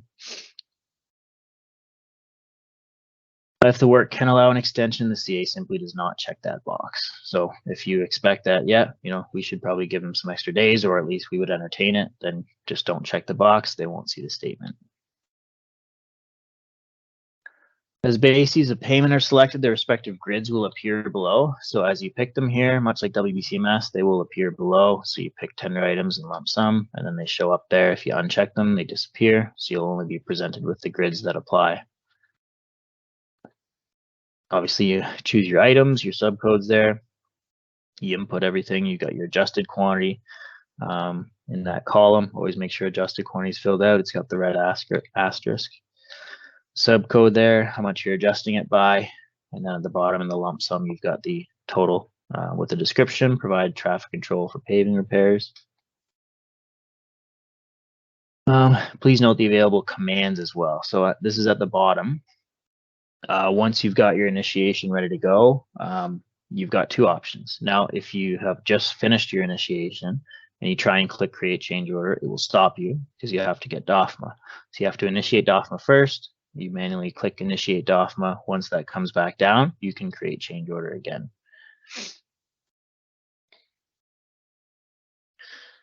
Please note, after initiating DOFMA, the CA can recall the CO if there is a mistake prior to the next approver in line taking action. The COs within the CA's DOA still require DOFMA. Just like the old COACE form, even though it's within yours, you still had to sign a form or something saying that you have the authority to issue it. So from a system standpoint, it still requires that recommendation as part of it. So the CA will recommend, and then it will go up through the chain as appropriate.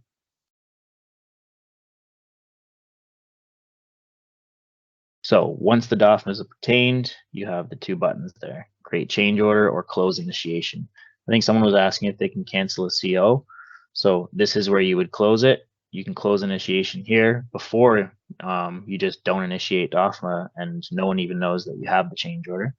But after the change order is issued, you can't cancel it. The only way to cancel it is another change order, and that is per the policy as well. So you could cancel it in the DOA process in WBCMS. You couldn't cancel it once it was issued. And same thing persists here.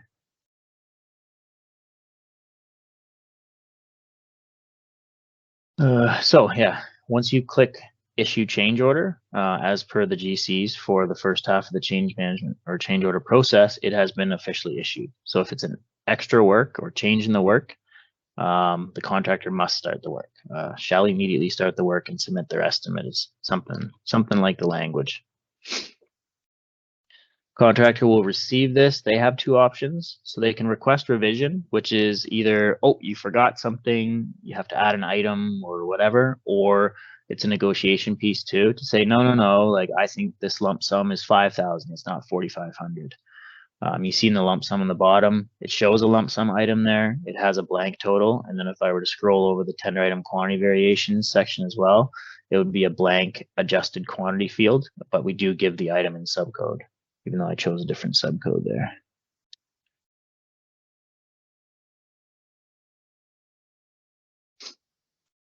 When the contractor clicks submit, this constitutes the conjunctive signing of the change order document and the submission of the estimate. So they've submitted back. We now have a signed change order. We have an estimate, and we owe them a price agreement.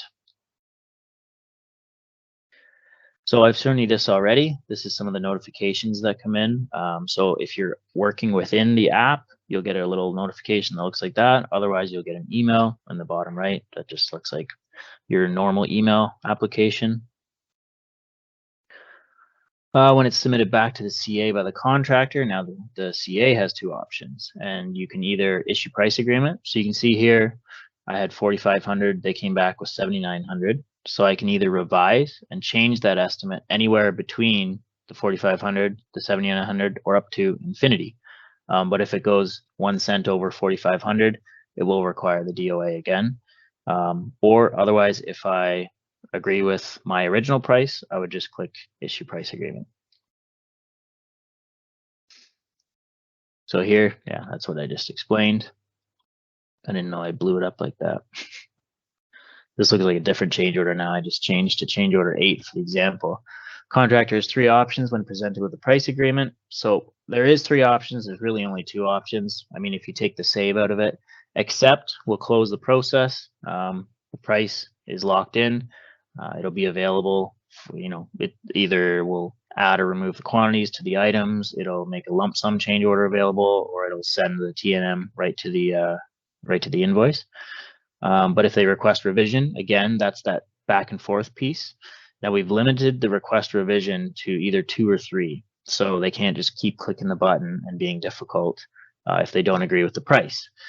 The accept undisputed amount is going to do the exact same thing as accept, because we don't really have a process for that, but it's prompting the contractor to say, hey, take this money that we both agree on at least and go submit a compensation request, because the process to claim additional compensation that you feel you're owed as a result of a change is to endeavor through after dispute resolution. So not binding up the process and not so much forcing their hand, but presenting an option to prompt them and limiting their negotiation efforts to 2 or 3 back and forths should hopefully stop or help prevent contractors from sitting on things and binding things up a little bit.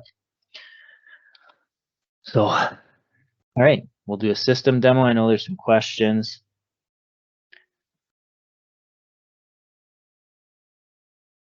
So as a CA, I was able to start a PQP CO. My CA could delegate the task to me and I could send it to our contractor. I tried to set up a lump sum CO, and when I got to the DO stage, the system gave me an error.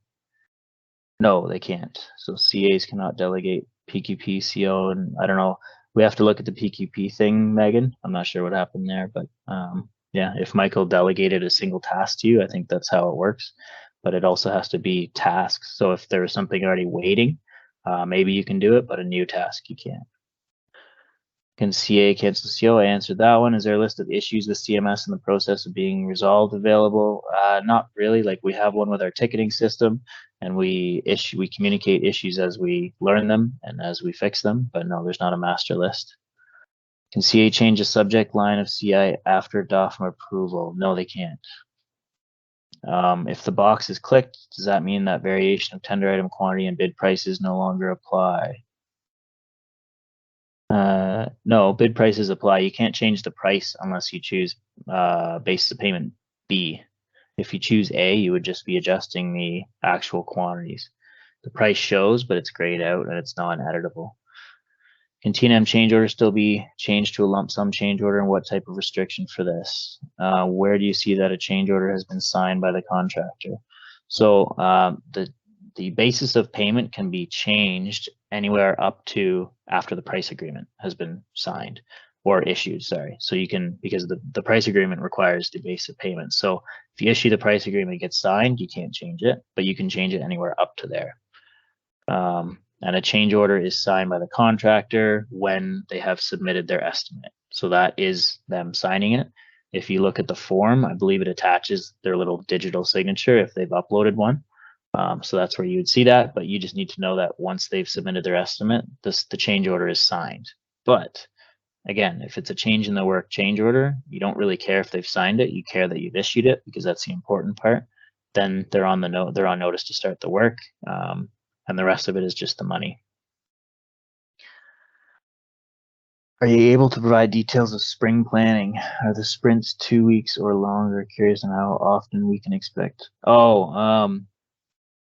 We have one major revision still broken into 3 sprints, and we don't necessarily know the schedule because we don't know how long the first one's going to take. We have an idea how long it's going to take, but we can't make promises. So if we issued dates, they would just be changing all the time based on the million little pieces that are involved with this. So will the change initiation record number always match the change order record number in the event? No, they won't actually. So a change initiation will not necessarily correspond to the change order number, but you can always determine what they are, because you could have 3 initiations on the go and no change orders, and you finally get initiation 3 back and you create a change order. Well, that's going to be change order 1, and then initiation 2 might be change order 2, and initiation 1 would be change order 3. But if you go to, where's my change management? Oh, it's up here. So if you go to your initiation, I don't know if any of them have gone through.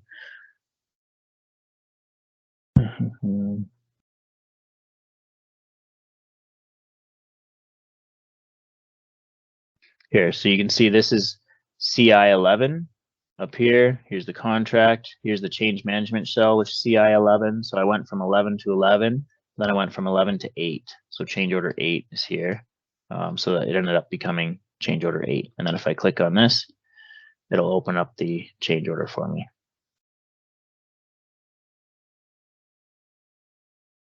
But if the contractor has to accelerate because the box is checked on the change order for no extension time, how does the contractor include acceleration cost of variation of? It would be the lump sum. So they would request a lump sum amount, or they can negotiate the change of the item price, but the item quantity would very likely apply to many other locations on the project, not just those in question in the change order. So if you change the price of the specific item in the change order, it's going to change the price across the contract, which would not be appropriate. It would be appropriate to include acceleration costs and lump sum as per the change order manual. Okay. Let's take a quick break. Let's come back at 3, and then we will finish out the remainder stuff just to go over. So we've got pay statements, diaries, material weight ticket suite, invoicing, forecast report, information and compensation requests, road report, statement of working days, contractor performance, embedded learning videos, and dashboards. But a lot of this stuff is just a couple slides as FYIs to you folks. So let's take a break now. We'll come back at 3, and then we'll finish this out.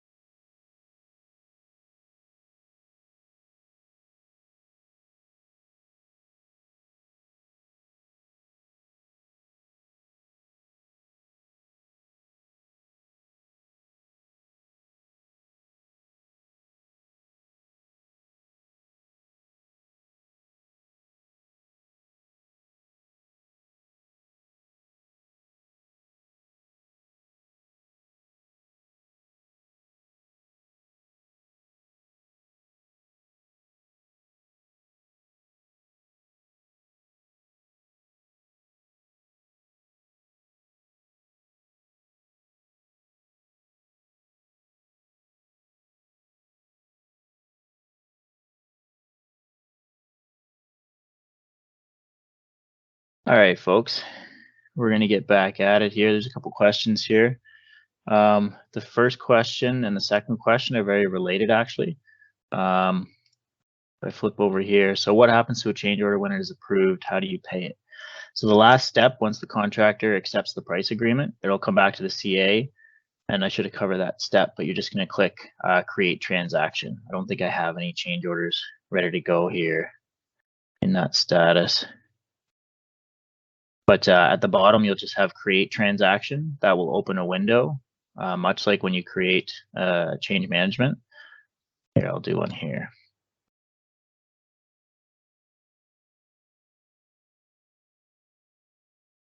So here, this create initiation, it'll say create transaction. You're going to click it. It'll pull up this window here.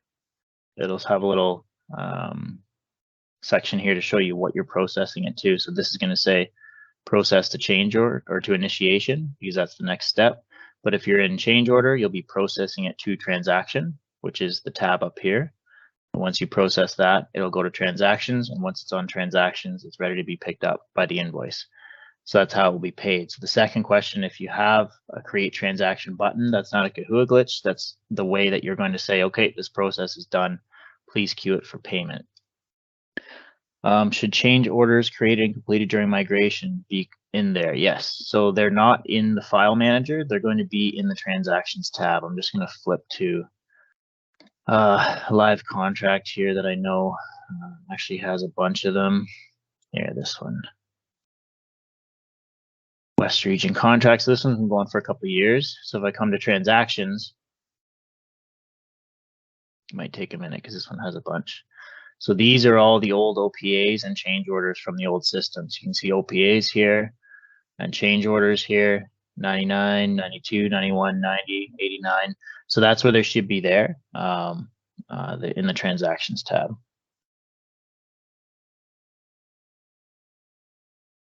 I created an NCR, but it's listing me as the contractor. Not sure how that could happen, but only contractors submit. Yeah, well, so contractors are supposed to submit NCRs, but when they don't, the CA can initiate an NCR.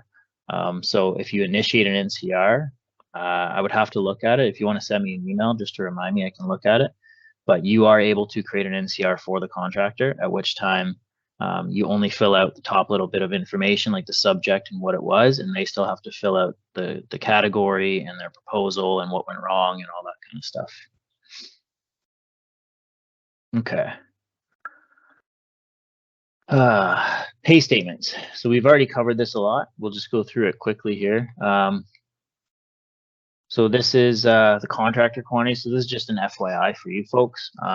The contractors, because they don't take diaries and they don't take pay statements, they're using the contractor quantities app. We've kind of named this out of a clause in the SSP 100 S19 that actually amends the assistance to the contract administrator clause in the GCs that now requires contractors to submit quantities on a weekly basis. So, you know, you do have contractual grounds to at least ask for them. It's supposed to help in reconciliation, so you don't have so many items to worry about at the end of the month. But that's how they're going to submit. The grid's very simple. They just choose the from to dates. If there's any change orders that they want to submit as part of it, they would submit it there. And then down here, you've got their actual contractor quantities where they're going to progress line items. So they would choose their item, their subcode there, and then they put payment against it, or quantity against it, sorry. And then any attachments if they so feel fit. Now, pay statements for you folks are in the diaries. So this is a section of the diaries here. The process is nearly identical for CAs as it is contractors. You're just going to submit. You don't have to reconcile weekly. No, they just have to submit them weekly. There's a question, our reconciliation of item postings weekly. We've always recommended that they be weekly with WBCMS. I mean, the more often you reconcile them, the better. The easier it is at the end of the month and the quicker that payment gets submitted. But no, the actual contractual obligation falls to the contractor to submit weekly, and we must pay their monthly within the cutoff period. So, and legislatively, we have to pay their invoice, their proper invoice within 28 days. So this is just the diary section here. You obviously just scroll down to the pay statements. You would insert a couple lines, however many lines you want. You can see the item and the subcode are required. The date of work, you can backdate them if you want, because remember the pay statements don't just serve the population of the invoice, but they actually serve the record of when the work was installed. So it's very, very important that you do that date of work properly. If you, for some reason, do all of your pay statements on a Friday, you must backdate them for the work that the date of work that is appropriate. Because if we get into a dispute with the contractor, we're relying on your records, and your records are going to say, oh, you did a whole week's worth of work on Friday. And the contractor says, no, Monday did this, Tuesday did this, Wednesday we had issues, and then I submitted a compensation request, and then Thursday and Friday, here we are. So it's important to get the date of work properly down here. And then you've got the quantity over there, obviously, and you can assign comments to each individual subcode entry if you want. So the pay statements won't be pulled into the reconciliation until the CA has reviewed it. I think I talked about that already. So it's done in the diary. The diary will go to the CA and the CA reviews it, which is kind of the final eyeballs on the payment amount. So I'm just going to go through it quick because that's basically the gist of the pay statements. Go to the diary here.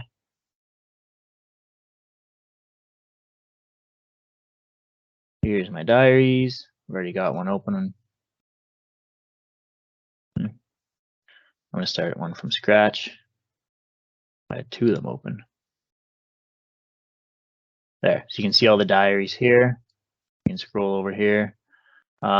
These filters are at the top of basically every column. So if you want to just look at closed diaries or open ones, depending on what it is, you can create a custom view. So you can sort by all of these different column headers.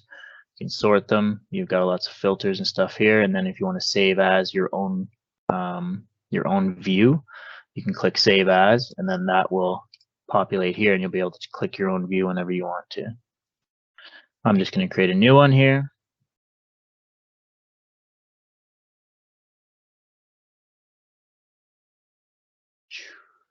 So my subject, here's the tender item, the change order, the compensation request. The tender item doesn't relate to payment at all. It's just used for sorting and filtering. So we're going to rely on that to try and pull up any diaries that are related to any sort of work.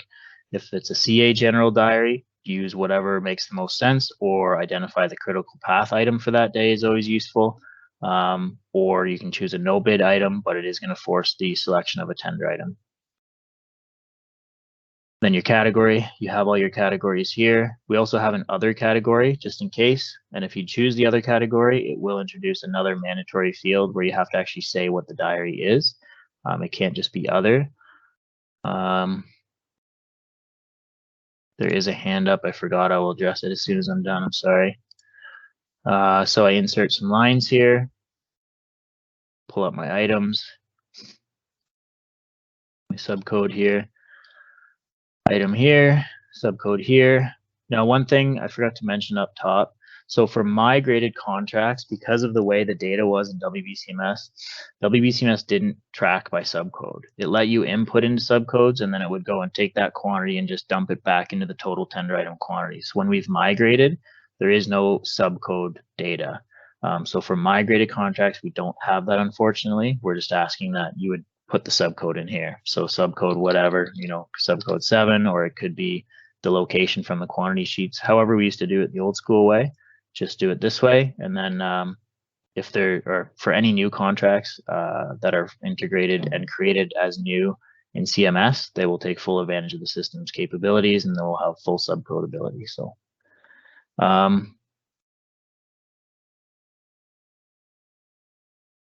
Hassan, you had your hand up. You want to unmute yourself and ask?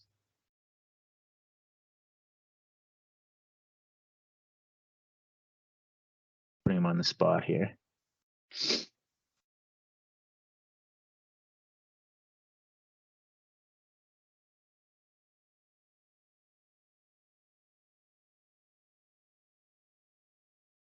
Okay, so how do you pay change orders? I think I just showed that. The contractor is going to submit in their contractor quantities what change orders they want. So if it's a lump sum, they're going to submit anywhere between 0 and 1 to 2 decimal place accuracy, and you can review it that way.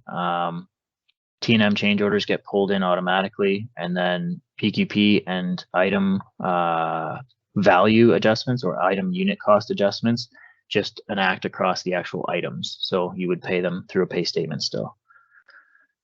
Can quantity be revised after CA reviewed and approved in error? So if it's reviewed and approved in error, they can't revise it, but they could ask the contractor to not acknowledge it in the the reconciliation, sorry. Or you could terminate the diary, but I think, yeah, you can't terminate it after it's closed. Does CMS track which subcodes have been paid and what amounts for 100 meter? Yeah. So it will. So revised subcode amount, remaining subcode quantity. You can see right here.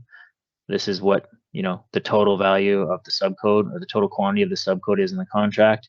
This is the remaining subcode. But as I've always said, you shouldn't be relying on these to make your payments. You should be relying on inspector observations of installed work in the field, be they PQP or measured. When there's no work or no specific item, then what to choose? You just choose a no bid item or whatever's closest. They were working on something that day. If they weren't working on anything, choose a no bid item. You can make in your title that, they didn't do anything today, or this diary doesn't relate to this item, whatever it is. But that might represent 5% of the diaries and at the end of the job, and the other 95% we want to be able to sort. Lump sums, no. So the lump sums aren't getting pulled in the pay statements. They're going to be submitted by the contractor.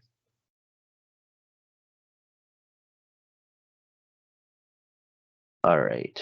I think we're doing diaries next anyway. Diaries. Okay. Diaries no longer have to be assigned, so you don't have to set up diaries. Anyone who is permissioned to the diary can create as many diaries under as many categories as they want, so you don't have to worry about that. And they no longer time out. We're talking about that. After 72 hours, you'll get an email reminder because they do all have to be closed out, particularly if they have payment in them, but they do have to be reviewed by the CA. The title is not required field, but highly recommend using it. It's going to help us and yourself sort through things. So titling your diary is always useful. The subject field requires a tender item change order or compensation request. We talked about that. I think this was Andrea Lampman's question, as for the case. As for the case, you are to take a separate diary for T&M. So that's where you would engage the change order or the compensation request option of subject. But I meant to say the case is also fully integrated in the diary. I saw a question about inspection tasks, and the case will be in the diary there. Certain diary categories will also open up different fields. So the concrete is going to open up some specific concrete related stuff. The bituminous, we've actually integrated the entire bituminous road inspectors daily report. So if there's any bituminous or asphalt inspectors, they have that full sheet they used to have to fill out in the system now. Concrete delivery tickets are going to be linked in. So when a CDT is submitted and it's underway, it's driving testing, not payment, but testing. So that's going to be linked into the diary. It's recommended you pop out everything too, because of all the stuff that you're inputting into the diary. There's over 22 unique fields in here. So always click that pop out button if you want to do your notes and anything else. The case section intakes all the inspection tasks like I was talking about. So there'll be a pop-up where you can search and link through them. I'll show you in a second here. Each inspection task will require a comment. So this is new from the CADM. So if you're going through and saying, I checked the thickness of the mat, what was the thickness? Was it acceptable? You inspected elevation of bottom of grade. Was it good? Was it bad? How was it? Just a little comment in there is always helpful from the back end. I know that there's some complaints about, the detail of records that we're asking people to keep, but truly it is largely a record keeping job, and we rely on these records heavily as our eyes and ears for claims and stuff that come well down the line after you folks are all released. The rear view mirror is often a big problem for us, so we're relying on these records and them being as detailed as possible. So even something like a brief comment on a case inspection could be the key in a claim.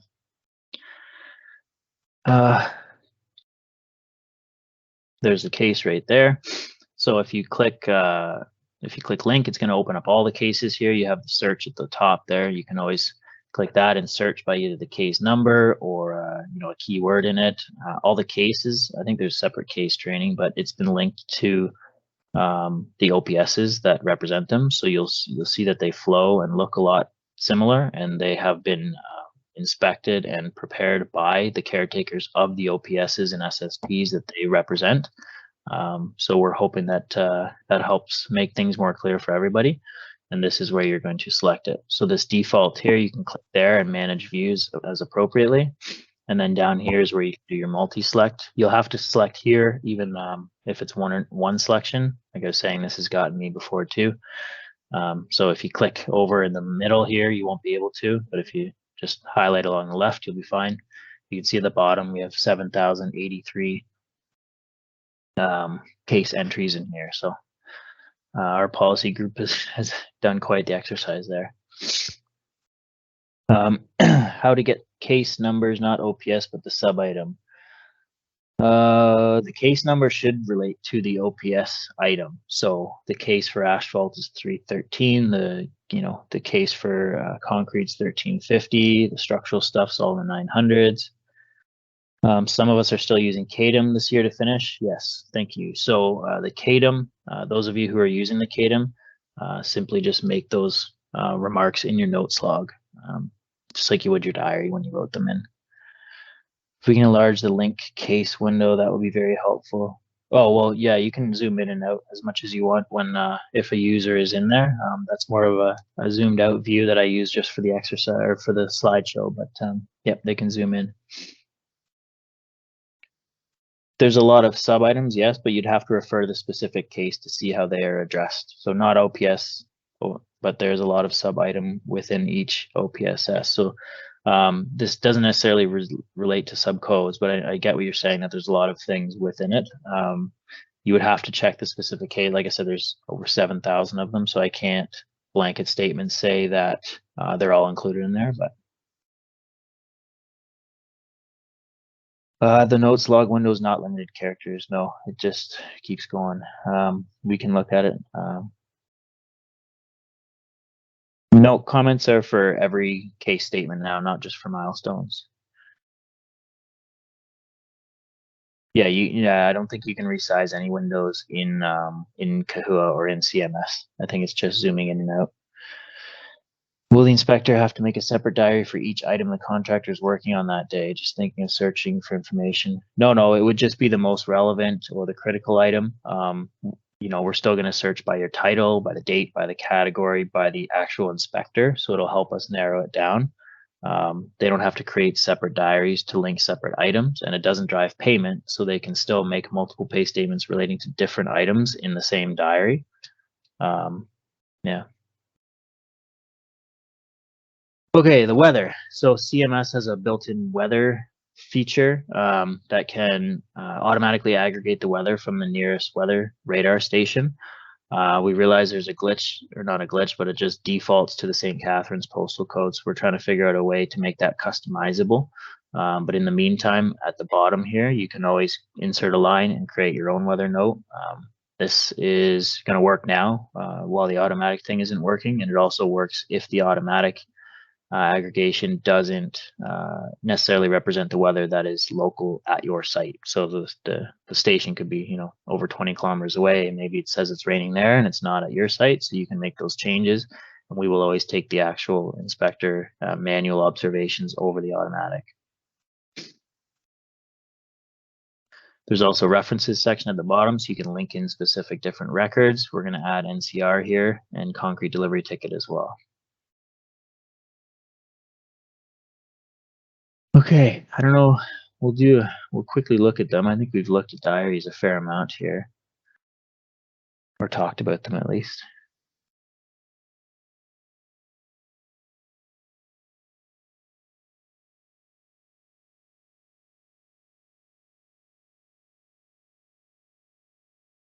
So again, linking this here, link my item.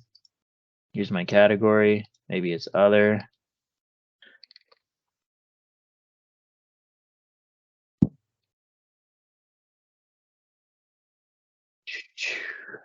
And expand this here.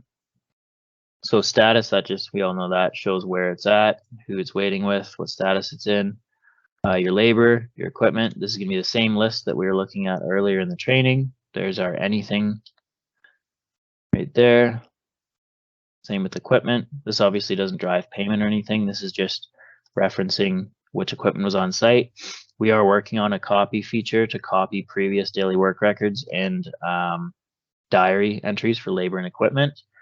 We had it solution, but we realized that the solution we had required permissions that we couldn't grant, so we are looking at that. In the meantime, you'll have to regurgitate each day if there's a large equipment list. Materials, again, is just inserted, and then your notes log. So you can insert a line here. This can't come all the way across, but you can just type forever. And then when you expand it or put to a report, it'll be a lot better. But yeah, this needs to be able to come over. Oh, I don't know what that did. I've never clicked that before. You have to put the time in for your note as well. So 12:15 a.m. Here's the case. The hourglass expands the note section. I got to check that out. One sec.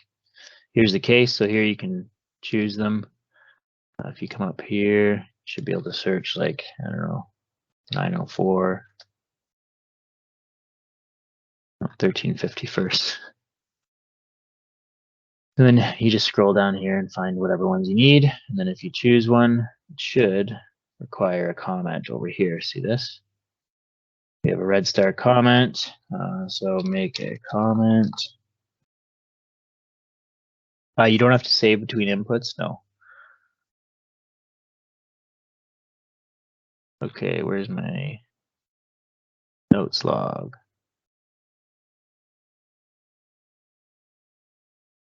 Oh, yeah, there we go. Thank you, Weeb. I forgot about this. So if you expand it here, it still has a limited width, but if you click this little expansion here, then you get the full thing here. And you can type as much as you want. But please separate notes into different things so we have a timestamp on it. But yeah, it's all available in there. The weather.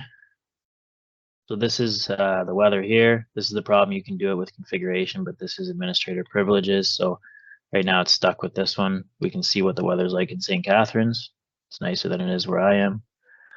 And then you just insert your own note here, make a time. I think the time is probably even more important for the weather statement than it is for the notes. But regardless, they're both important. Wind direction here, we just type it in. I think if you remember in WBCMS, we only ever had northeast and southwest or something like that. So finally got rid of that. Here's your pay statements. Again, your item, your subcode.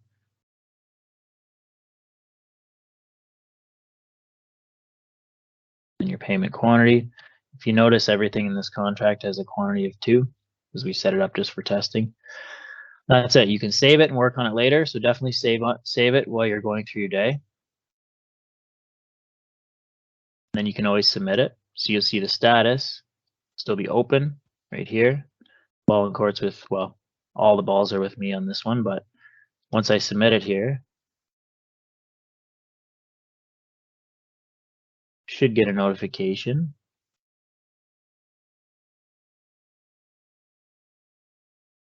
If I click here, I've got some options. So I can review it or save it. If I save it, oh, there's the task.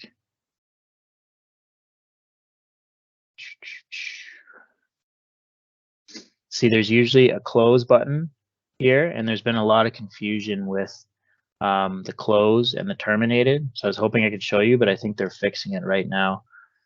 So the close button is the way to terminate it. And I was talking about that before. A termination will negate the quantity and it will show us and everyone else, do not consider this diary. It's the same thing as in the old days when you used to put a big red pen through the diary page. Do not consider this. Don't rip it up and remove it because we want to know where it is, but don't consider this one.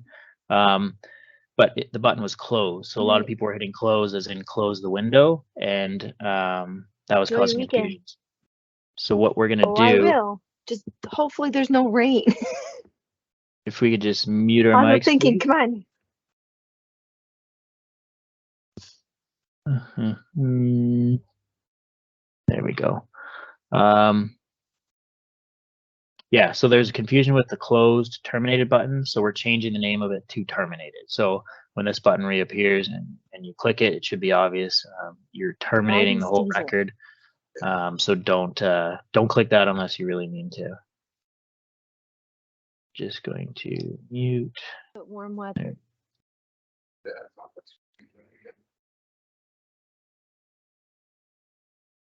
Yeah. Okay. All right. Material weight ticket suite. Okay, so this I hope will be easier for inspectors. I think it will. Some material weight ticket app is how we're going to intake the tickets. So we're not going to need you guys to scan them all in anymore. We don't need you to transcribe them into Excel spreadsheets and all that kind of stuff. We just need them in the system. We looked at barcode options, and it was actually in our original RFB for this Kahua, but in exploring those options, we hit a couple walls, and we found that this way is actually a more modern and a less user-intensive exercise than the barcodes. So the barcodes, first and foremost, you would have to scan every single individual barcode on a screen or on the ticket. So you'd have to say, okay, this field, I'm scanning it. This field, I'm scanning it. This field, and there's, between 8 and 12 fields on those.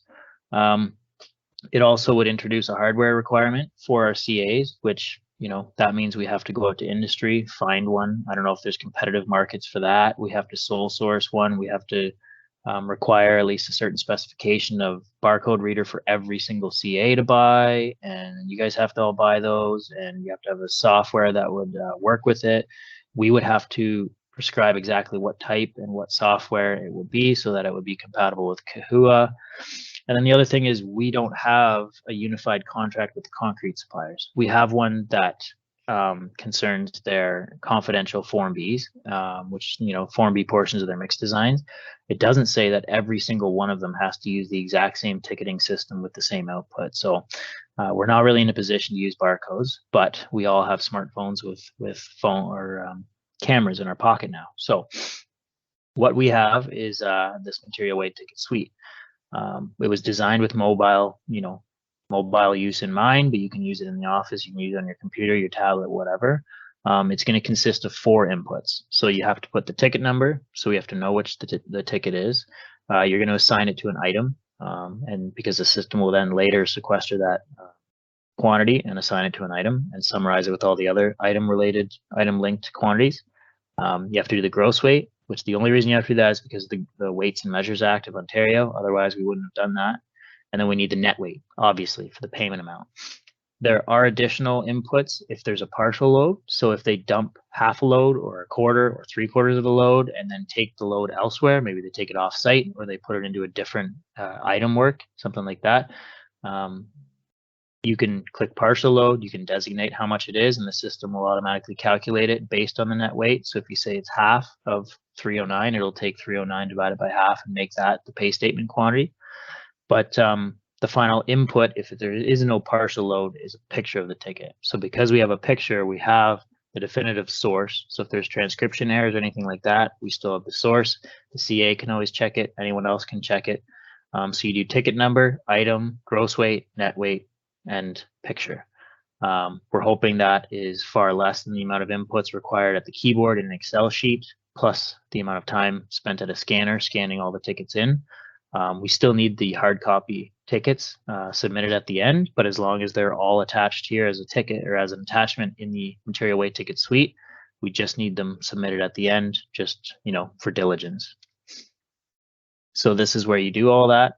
That's the main input grid. It's just those 5 fields plus a picture. There's a validation, so you can't submit it without a picture. Ticket number, gross weight, net weight. Users can indicate the percentage that was used. So this is the partial load I was talking about. You can see there's a note to only half load required. The remainder was placed into the culvert backfill.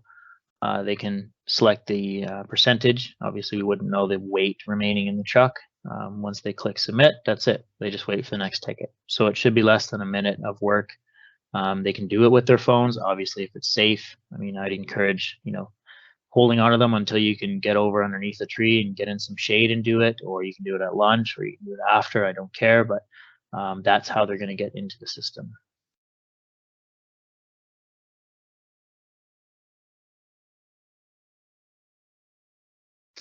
So when all the tickets for the day have been received, the summary is generated. If you see at the top, there's material weight ticket and then MWT summary. So the summary is going to be based on the item. You'll say, okay, you could be doing multiple items for that day too, Grand A, Grand B, whatever. And at the end of the day, you can say, okay, run a summary, show me all granular A, and it will tabulate all of the submissions. This, you can see I only had one here, but there's that 309 weight right there in my summary. And then that's going to go to the CA for review.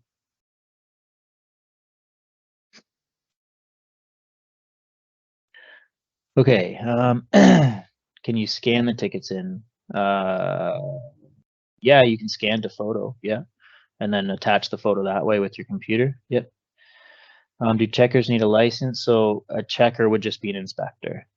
So they would be granted that way.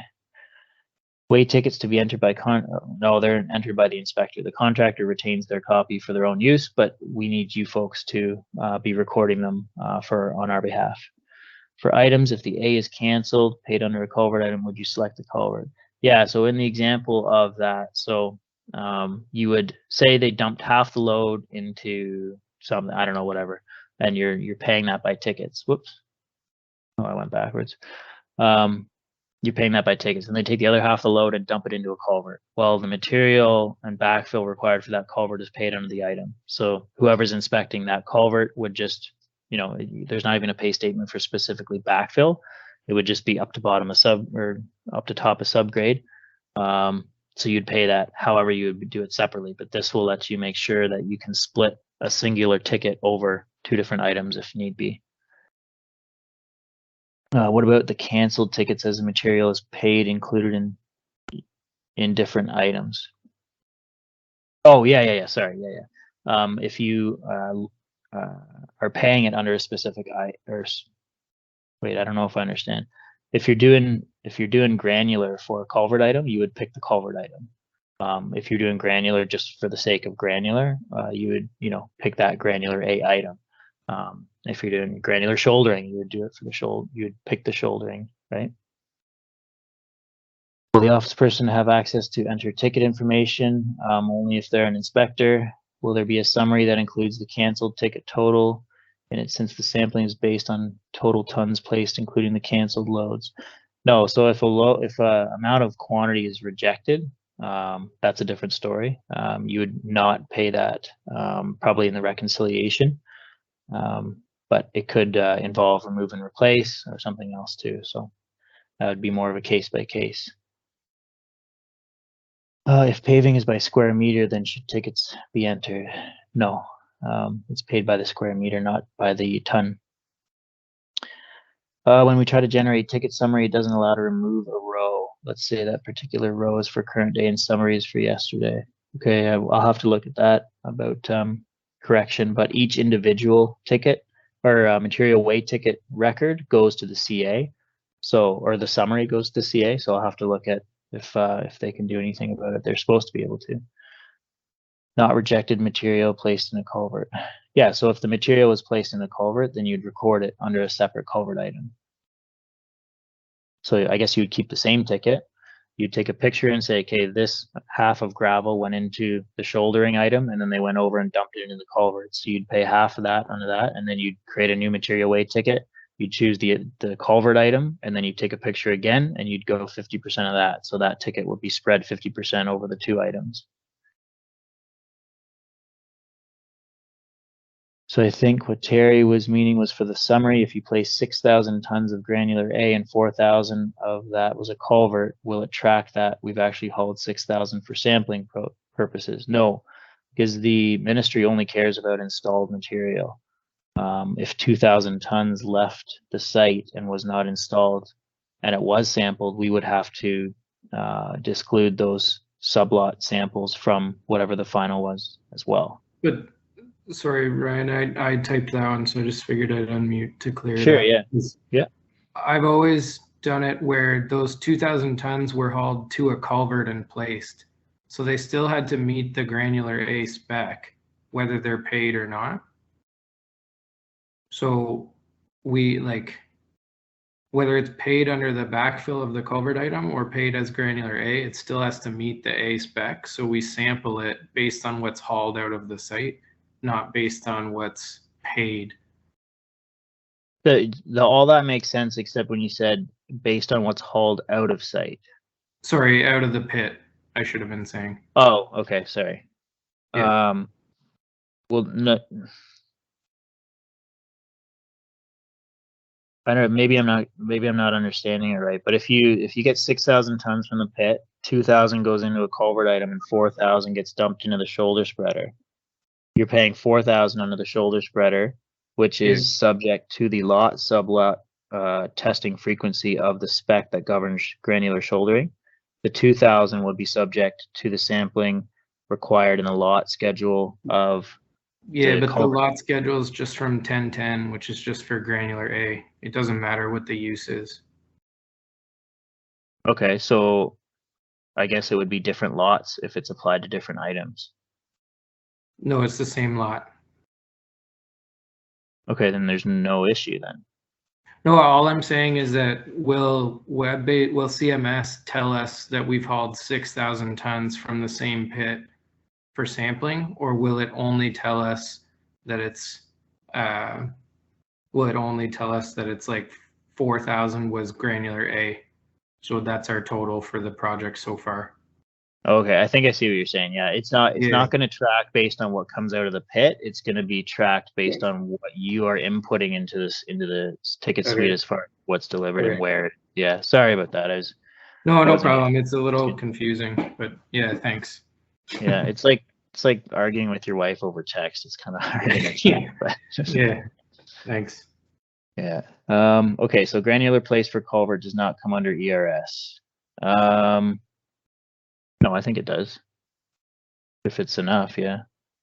I know we at least do compaction.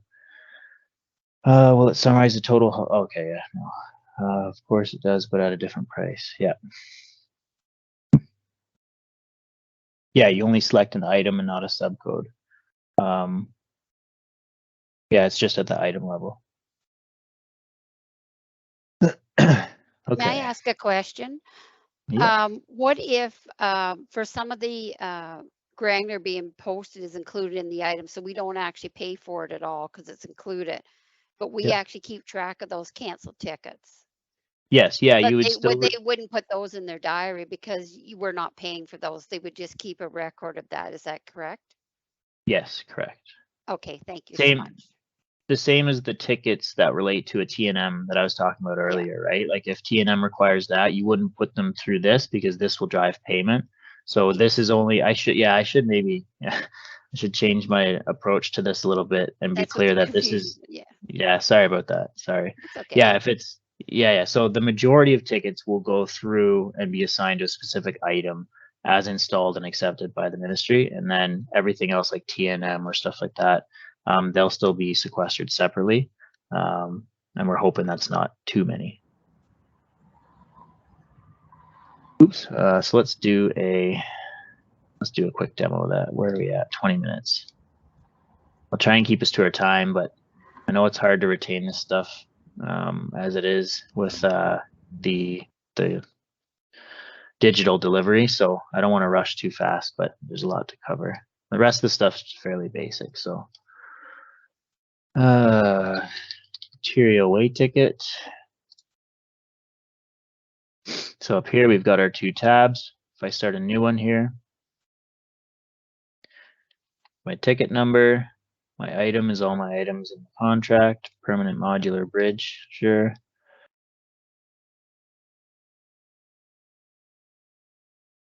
This is the partial load section. So it pops open a couple here. Is it 100? Is it 50? Whatever it is, it will always default to 100.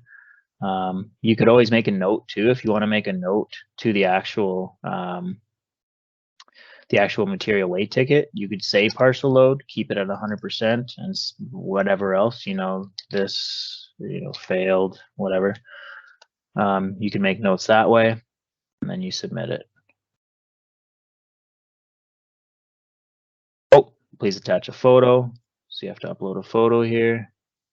I think it might even distinguish. Oh no, it knows a PDF too. Okay, so there's the photo. Oh no, see, that's what I was saying. It's gonna know if it's a media file or not. Why can't I remove this? Remove. So I have to upload an actual photo. There we go. JPEG. So we system create a summary for all the days in one file. Why isn't, no, I messed it up now.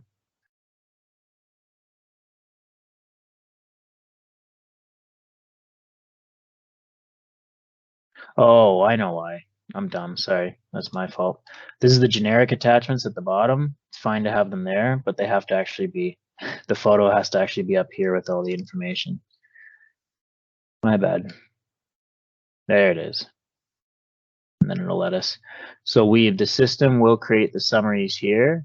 And I haven't played around with this yet, but up here in reports, open in reporting, you should be able to run a report once we have more data in here. So this would be, here's my item clearing, here's my net total, the actual record number here, here's the title that I input when I was doing the summary in the demo. So you can get them all here when you had more. And then up here, right here, if you go CSV file, you can download it to a CSV, to a Excel file, or just download the PDF. And it'll save it. Looks like it's going to save it in your file manager, and then you can download it and do whatever you want from there. So yeah, that's how you would create a summary report. You do it by reporting on the summaries. If you use the phone app during entry, it will let you take photo and load. Where'd it go? Load at the time of entry in app. Right. If that's a question, yes, it will. And if you're saying you've tried it and it won't, please send us an email, because it's supposed to be letting you. Most of the time, Checker isn't competent enough to decide if that particular load will be paid or not. This is why we have different visibility permissions in the system, even for our service providers. So does it mean Checker be replaced by Inspector? No. So the Checker is still just going to only take the tickets and import them. The Inspector is the permission that we would assign them in order to do that, because it permissions them to the diary. We didn't create a specific Checker role. So it's still going to let them function normally. And if you're uncomfortable with them submitting the ticket, then just have them save the ticket and you can review it with them and then have them submit it that way. And there shouldn't be any opportunity for mistakes there. Can we generate monthly material weight tickets? Yeah, same way I was just showing the report there. You'd generate the report and then filter out whatever time components you don't want in there. Invoicing. Okay, not much to do on this one. Because just like WBCMS, the invoicing is mostly automated. So if there ever is an issue with the invoice, you're not going to fix it with the invoice. You're going to fix it in all the feeding apps and processes that populate the various elements, sections A through D, in the actual invoice. So if an OPA is not showing up, you got to go check the OPA, regenerate the invoice. If a change order, tender items, all that stuff, it could do with the cutoff dates. It could do with the OPA processing date, anything like that. But you're not going to be able to add or remove anything from the invoice. When I say you, I mean the contractor. It's really the only thing they can do manually on the invoice is key in what percentage of holdback they'd like released. I'll talk a little bit about engineering invoices too, but they're much simpler for you folks. So again, your general sections A through D you're going to have in there. So you've got all the generic header information at the top, and then you've got your section A. It's got, you know, this period to date, previous. It's built to mirror our PCC 881 or 850, 881, I think, B. For major cap, we also have design builds in here. We have the preservation cap workflow. We have all that good stuff built in. So we're going to have CMDCs and DBs and DBBs, engineering contracts, preservation capital. All their invoices are configured appropriately. The appropriate approval chains. Here's your section B and C. And then the D is just kind of the summary of what's being paid. Sorry, that was really brief. I do want to go over the engineering and the CA invoices. Maybe I'll demo that instead. So WBCMS, let me go, shoot. I'm going to pick on one here. No, I shouldn't do that.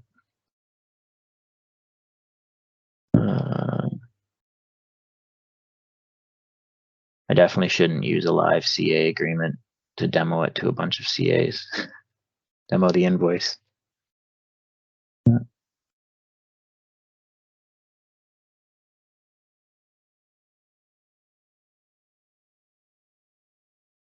So WBCMS convoluted things a lot with the engineering change orders and invoices because of the way that it was structured. It said, okay, you're a lump sum, so here's your lump sum amount. You want to be invoiced monthly. Tell me how many months you want. I'll divide one by the other, and that's your monthly payment. Of course, we have high amount of variability, especially in the hourly rate regions. So that just wasn't working. It had 4 bases of payments in the change orders, which was all to facilitate that stupid configuration of this divided by that. So we've stripped all of that away and brought it back to the business once again. So lump sum invoices and change orders for engineering agreements are only lump sum. There's one lump sum. It's either hourly or lump, but it's all just a ceiling price. Each monthly invoice you're going to submit is just going to be a monthly drawdown of that lump sum. So you're going to input an amount of money, and that's it. If a change order was issued to you for $30,000 for sample delivery for the year 2023, and you did $900 in the first, month, you're going to key in $900. That change order has been processed. There's 30 grand dumped on top of your pile. It's up to you and your CSA to understand, yep, I've got extra money in here for that. I'm charging you for this, and you attach whatever supporting documentation you need.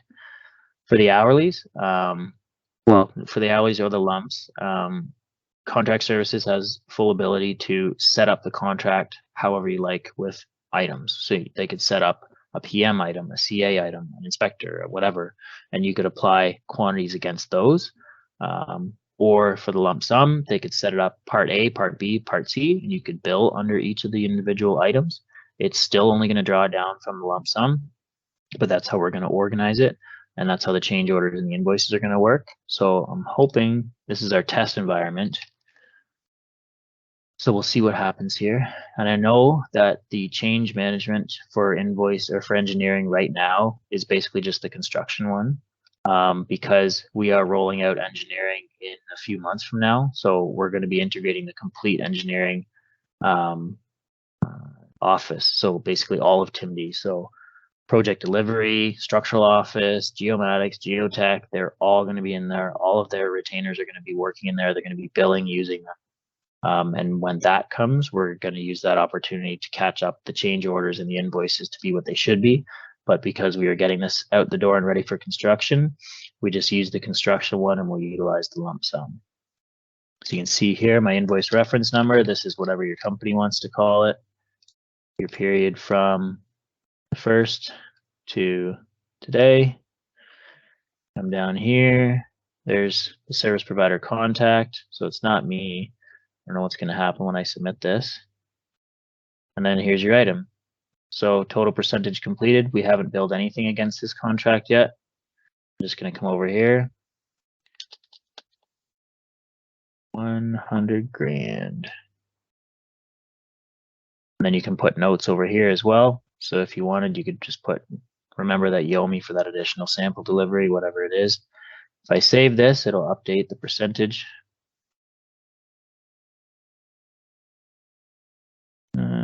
Down here, so I'm billing for 1.912% of the contract. If I open this up, and this is something for invoices as well on construction side, when you see the construction invoice come, it's going to have a bunch of items like this. And when you expand it, it's going to give you the complete breakdown of that item. So when you're looking at the contractor's invoice, you'll have all these items down here, and you can click and expand every one, and it's going to give you the complete breakdown, the percentage completed of each item here. As it's being presented to you. And this is the progress. So you notice it was 0%. Remember, WBCMS wouldn't update this percentage until it was processed. This is showing you the projected, if this invoice were to be processed, it would represent 1.912% of a $5.131 million job. Where'd my, oh, I got to get out of this and submit that. That's all you guys have to do for invoicing. We have a question, Ahmed. I don't know if your hand's still up or if it's a new one.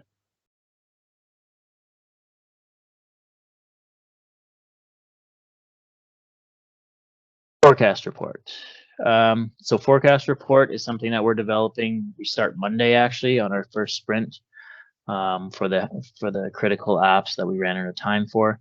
So the forecast report is going to be a largely automated process. It's going to work out of our change management suite. It's basically going to be a report on the change management suite that's supplemented with the tender items and the invoices. It's going to have three main sections. So it's going to be able to distinguish between commercial items that are in flight. So a change order, a compensation request that is going up for approval. It may have been issued, but it's not yet actually completed. It's going to contemplate that and present that as a forecast. The second portion is it's going to present completed commercial items since the last forecast. So those items that were maybe floating around pending approval, the next month, now they've been done, they're held in the next one. So we're not double counting it, we're maintaining that number. The third one is going to be a strict user input field for you folks. And that's your future anticipated expenditures. So that's the, you know, we got $1 million change coming that we know of, or we know this and we're going to have to pay that.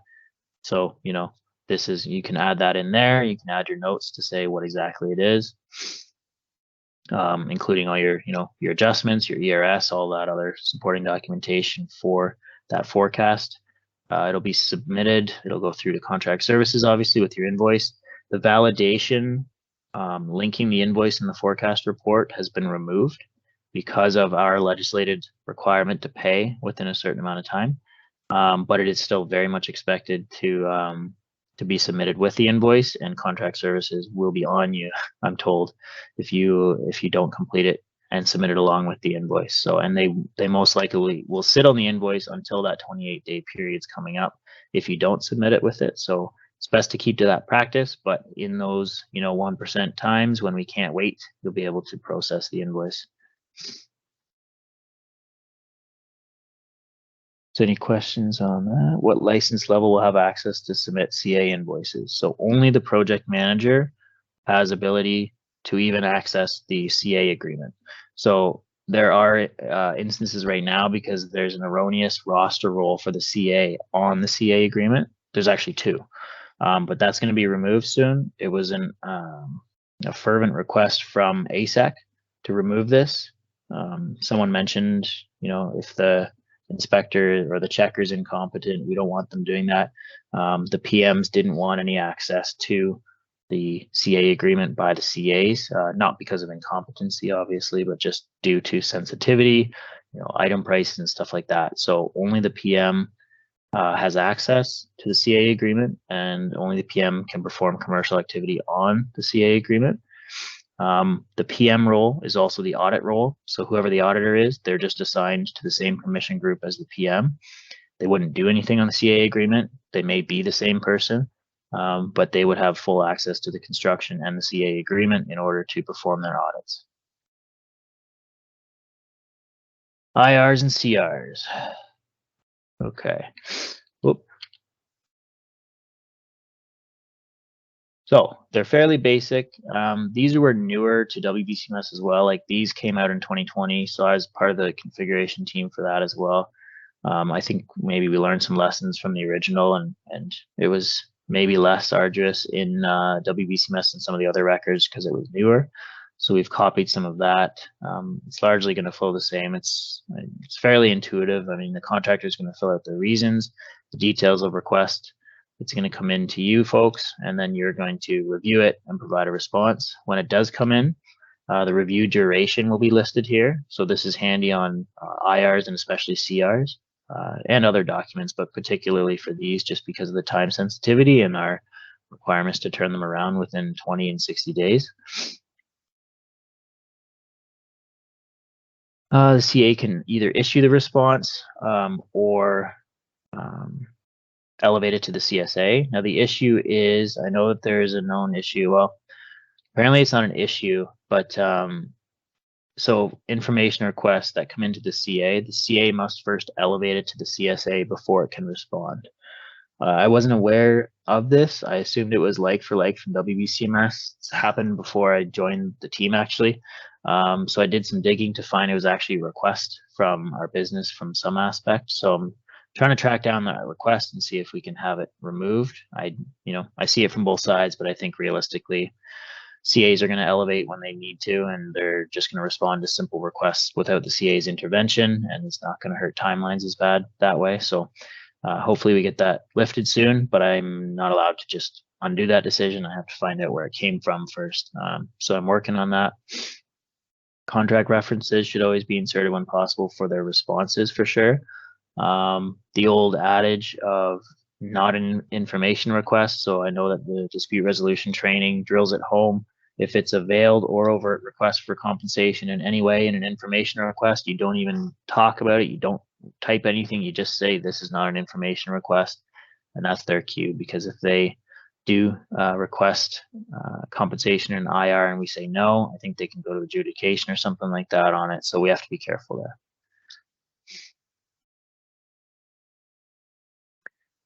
The C compensation request, sorry, it's very similar to the IR, but the actual process has been a little enhanced from WBCMS.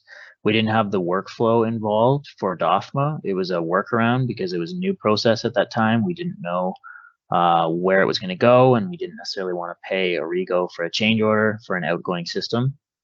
So we kept it with the CSA, and then he got it by paper. Since then, we've incorporated the CRRR, so the compensation request review report, into the actual grid of the CR. So once it comes in, the CA will be able to fill out their report, and then they'll be able to send that to the contractor or the CSA, and it will go all the way up for DOFMA and come back.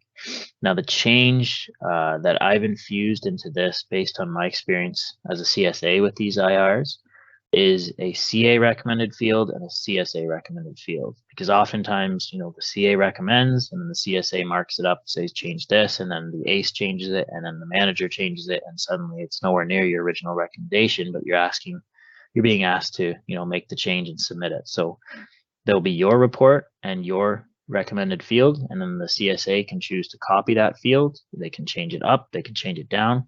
The DOFMA will be based on whatever amount the CSA puts in for time and money. And then they have the option to edit or create their own report as well. I shouldn't say edit your report, create their own report. So that's a change for compensation requests. One thing to note too on the DOFMA process. So the system, and not just this system, from a computing standpoint, it's incredibly complex to have two variable concurrent workflow processes that have to be approved by two different or the same entity operating at the same time. And that's what compensation request is trying to do. Only one person can approve money or time, but it has to be recommended up to them still. And the money is variable. So because of that, we've had to do a singular iterative process. So you're going to go up for the money first, then it will come back to the CA and recommend up to the head for the time. So in those cases, we're hoping that, you know, the fact that they've already reviewed it once for the time or their money, they're going to review it for the time and hopefully click it through quickly. But that's the unfortunate circumstance of this complex approval process. So we're hoping it works. If it doesn't, we will have to look at it and try to improve it. So I was talking about, again, ball in court here. It's the review duration is very handy for that. I'm going to skip the demonstration on this unless someone really wants me to go through it, just because I think it's fairly straightforward and we're a little crippled for time. So I know there's some questions here. Does system include summaries of specific records such as INC? Yeah, so generally it includes summaries the same way I was showing before, Weeb. So if you find this little reporting icon, or sometimes you'll have an actual report. I don't know if you guys can see the users or not, but just for an example, I've got an actual reports button here instead of the little icon. And then I've got these different kinds of reports. I can, you know, look who's licensed. This is how I send out the Monday morning email blast, is every day or every Monday I go and pull every single user in the whole system and then send the email to every single one of those. So I think we're up to like 900 now before the season even really gets going. So generally anywhere where you have reports or that little reporting icon, you can run a report. Will the claims specialists have access to CMS? Oh yeah. Well, no. Claims specialists don't respond to CRs. Only CAs do, CSAs do. Everyone internally will have access to them in the ministry, but no, CAs respond only. Does the PM have access to complete the CR reviews as well as the CA? I think they do.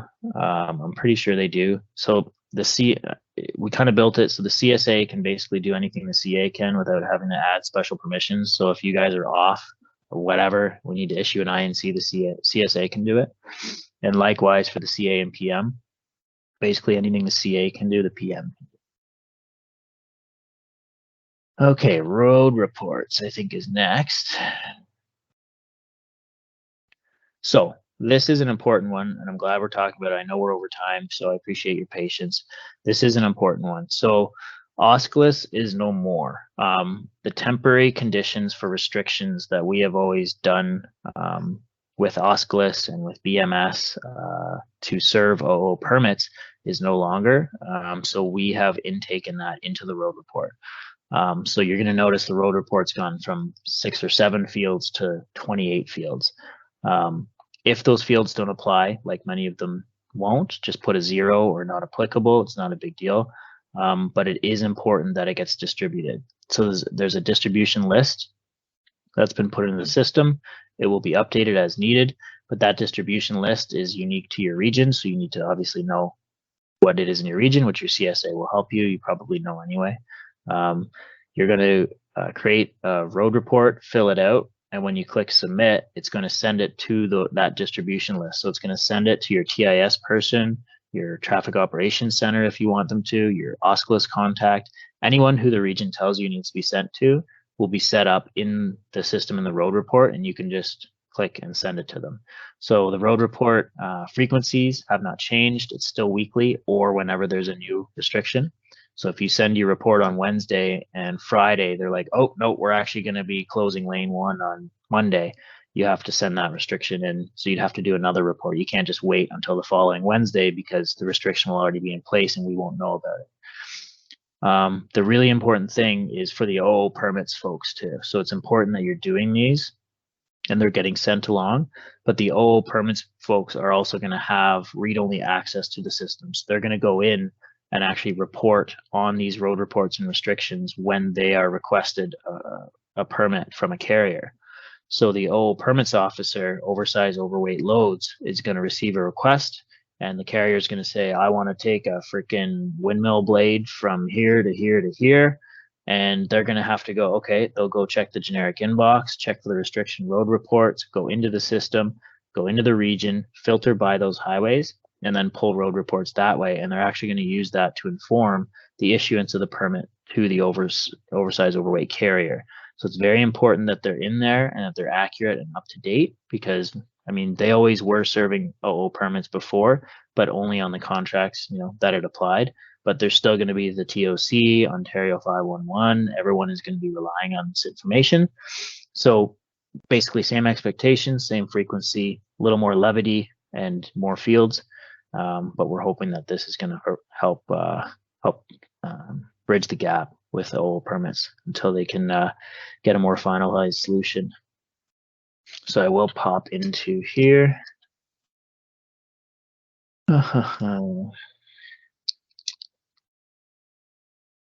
Road report.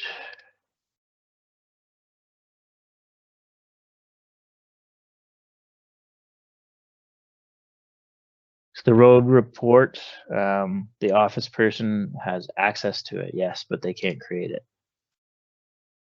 So you fill out the contract. Well, the contract will be auto-filled. So this is the distribution list. I'm not in the right environment now, so I won't have the actual ones, but I don't think it's in here. Yeah, no, it's not in here, but you would search, if you, like, I know there's here, let me pull it up.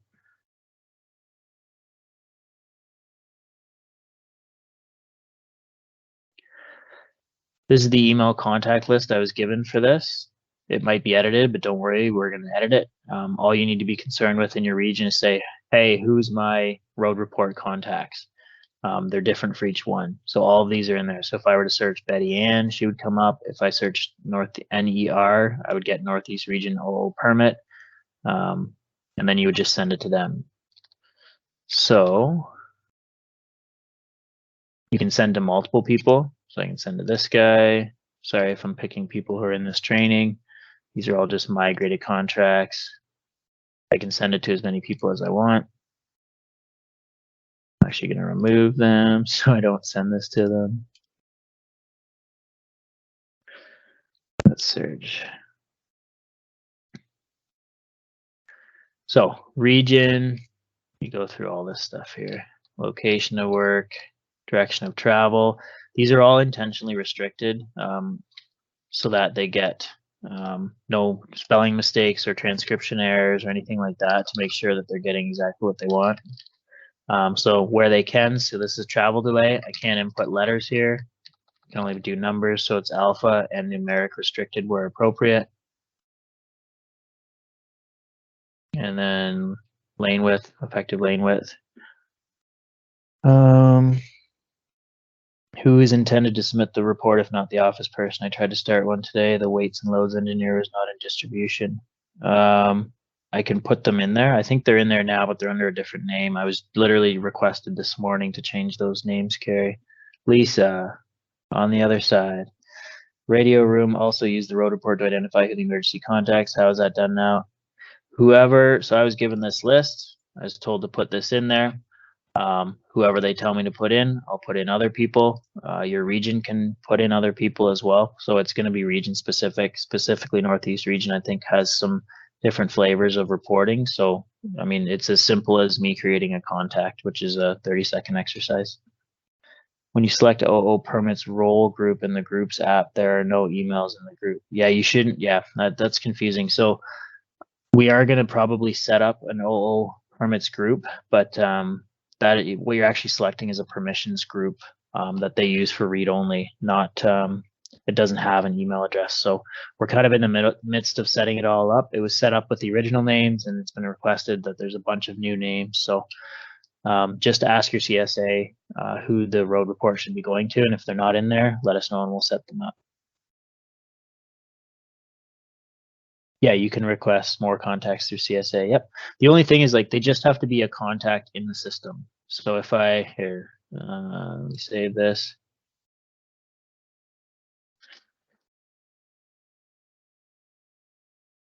Contacts, as long as they're a contact in here, which doesn't mean they're a licensed user, as long as they're a contact, so I can just go create an email address, and then it'll give me an option for a name. That's all I have to do, and then they can receive road reports, and they'll get pulled up in the distribution list.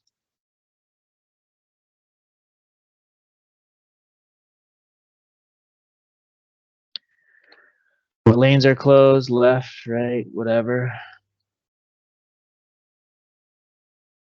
Length restriction, is it a length restriction or not? Available road report width, fully paved. So description of the restriction frequency. Some of this stuff will be used. There's a lot of information notes and stuff like that here. So this is the TIS, Ontario 511 information. So this is whatever's going to go to them. So typically that would be a bigger description that goes to them. So make sure you're detailed. That's going to be populated on our 511 site and Twitter and everything else. And then you submit that. And that will automatically send a report of this. It's going to look like this. There, it'll look like this here. If I pop it open, you can view it in here. And then there's my note to TIS and all the information. And then we're looking at making this a CSV format for them as well, so they can copy paste a little easier. I don't think you can copy previous's, but we have made that request, so I think it's going to be in the future, copying previous weeks. You can't set up distribution groups yourselves. Unfortunately, it does have to be done. Yeah, it has to be done from MTO side. The same permission that is required for setting those groups up is basically the keys to the castle. You guys could delete each other. You could, process payments to yourselves and all that good stuff. Statement of working days, really quick on this. Business change, no change to the actual record, except the contractor can't sit on them anymore. So they can sit on it for 3 days and then it's just automatically accepted because they used to play games before. If they have a dispute about it, they can submit a compensation request. But the business change is going to be that we are going to require this for completion date and working day contracts. The claims office is having a really hard time identifying critical path operations on completion dates because of the nature of the time component. And we were looking at different ways to figure out how to capture this, but realized the statement of working days is the perfect way already. So we're just going to require that to be done on completion dates as well. Whether it will have to go to the contractor or not, I'm not sure. But as I said before, it's a little irrelevant based on the 3-day timeout. And they can't necessarily contest a singular day anyway. It's a completion date. So there's different processes for delays in that. And CPR. So CPR is mostly the same as well, but we did fix the stupid appeals process. So it's not going to force an arbitrary level 1, level 2 appeal. It does contemplate the field meeting portion of it. So, that's basically will you give me a higher number, please? And then if that doesn't work, there's a field level appeal, level 1, level 2. Level 2 goes directly to Secretary Qualifications Committee, and he inputs the final disposition on that. And the Secretary also gets an email notification for any ratings that are issued below 65, which with all the rating stuff that might change soon, but yeah. Dashboard. Oh, embedded learning videos. I do want to show this, but I have to jump back over. So we finally figured out a way to make available all of these lengthy videos that we have. So we have this training session is 3 hours. We've had a couple other 3-hour ones, and the 2-hour we do general functionality, and we do contractors was 2 hours. So we didn't really have an ability to post those in any way publicly. We can do it on our SharePoint. Even that's not a great way, and we're limited. But we are lucky to have a feature in here that's going to let us link videos directly to things. So ideally, I will have videos linked to specific apps. So if you're going to do a daily work record, you can right-click on it, go watch a 5-minute video of me showing how to do it on the screen. You can pause, rewind as many times as you want, and then you can go and do it. So that's the plan for item-specific little tutorials, but we also have the general stuff like this training, the general functionality training, all that other stuff. So we needed an app to assign it to. Ideally, I would link it to this or something else, but we can only do it to configured apps. So what I've done is made everyone permission to the case. You have to open the case first. You right-click, the videos and documentation, and it immediately opens up. So here's our CA training from the winter, the contractor, the general. We're going to upload this round of training too. we're going to try and code these lines like you see on other videos with the actual timestamps. So, you know, we're 2.5, 3 hours, we're 3 hours in over this. So instead of making you try and click through, we'll just say, you know, at 54 minutes, Ryan talks about change orders. At 25 minutes, James talks about general stuff. So that should hopefully get things a lot better communicated, because I know this this kind of format of training is great for reaching a large audience, but it's dense. For one, the content is dense and it's hard to retain it all. So hoping that you'll be able to go back, rewind, remember, and learn that way. Yes, the recording of this presentation will be available here by right-clicking Case, Videos and Documentation. And that's it. Dashboards I had, but that's about it. The dashboards are somewhat configurable. Well, they're very configurable, I should say. They're not that useful now because there's not a lot of data in the system. But feel free to play with them. If you go up here, add a dashboard, you can name it whatever you want, all projects, and then you can start to configure it. So add widget, you can do charts, numbers, lists. So I can do a chart here, do a bar chart, include data from child partitions. Oh, and then choose an app. So here I'm going to do a change order. I want to see all open change orders. And then I'm in a CA agreement, so it's only showing me open change orders for this CA agreement that's new. But feel free to play around with the dashboards and stuff. Once there's more data in the system, I think it'll be more useful to us. But that's all I had. So thank you. Thanks for bearing with us through this tight timeline. Well, the time before being kicked out. Oh, where'd it go?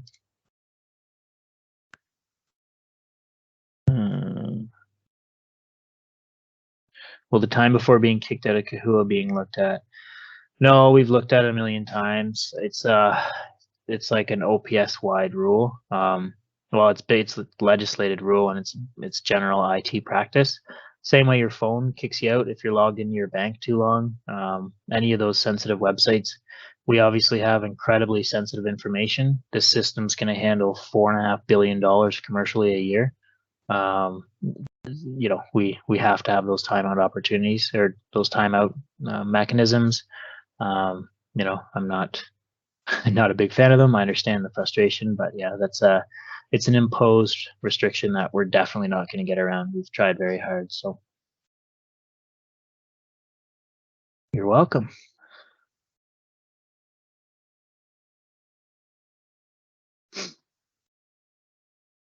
All right, folks, we had a quiz, but our fearless leader is usually the one who throws it out there, and I'm not sure how. There's a poll.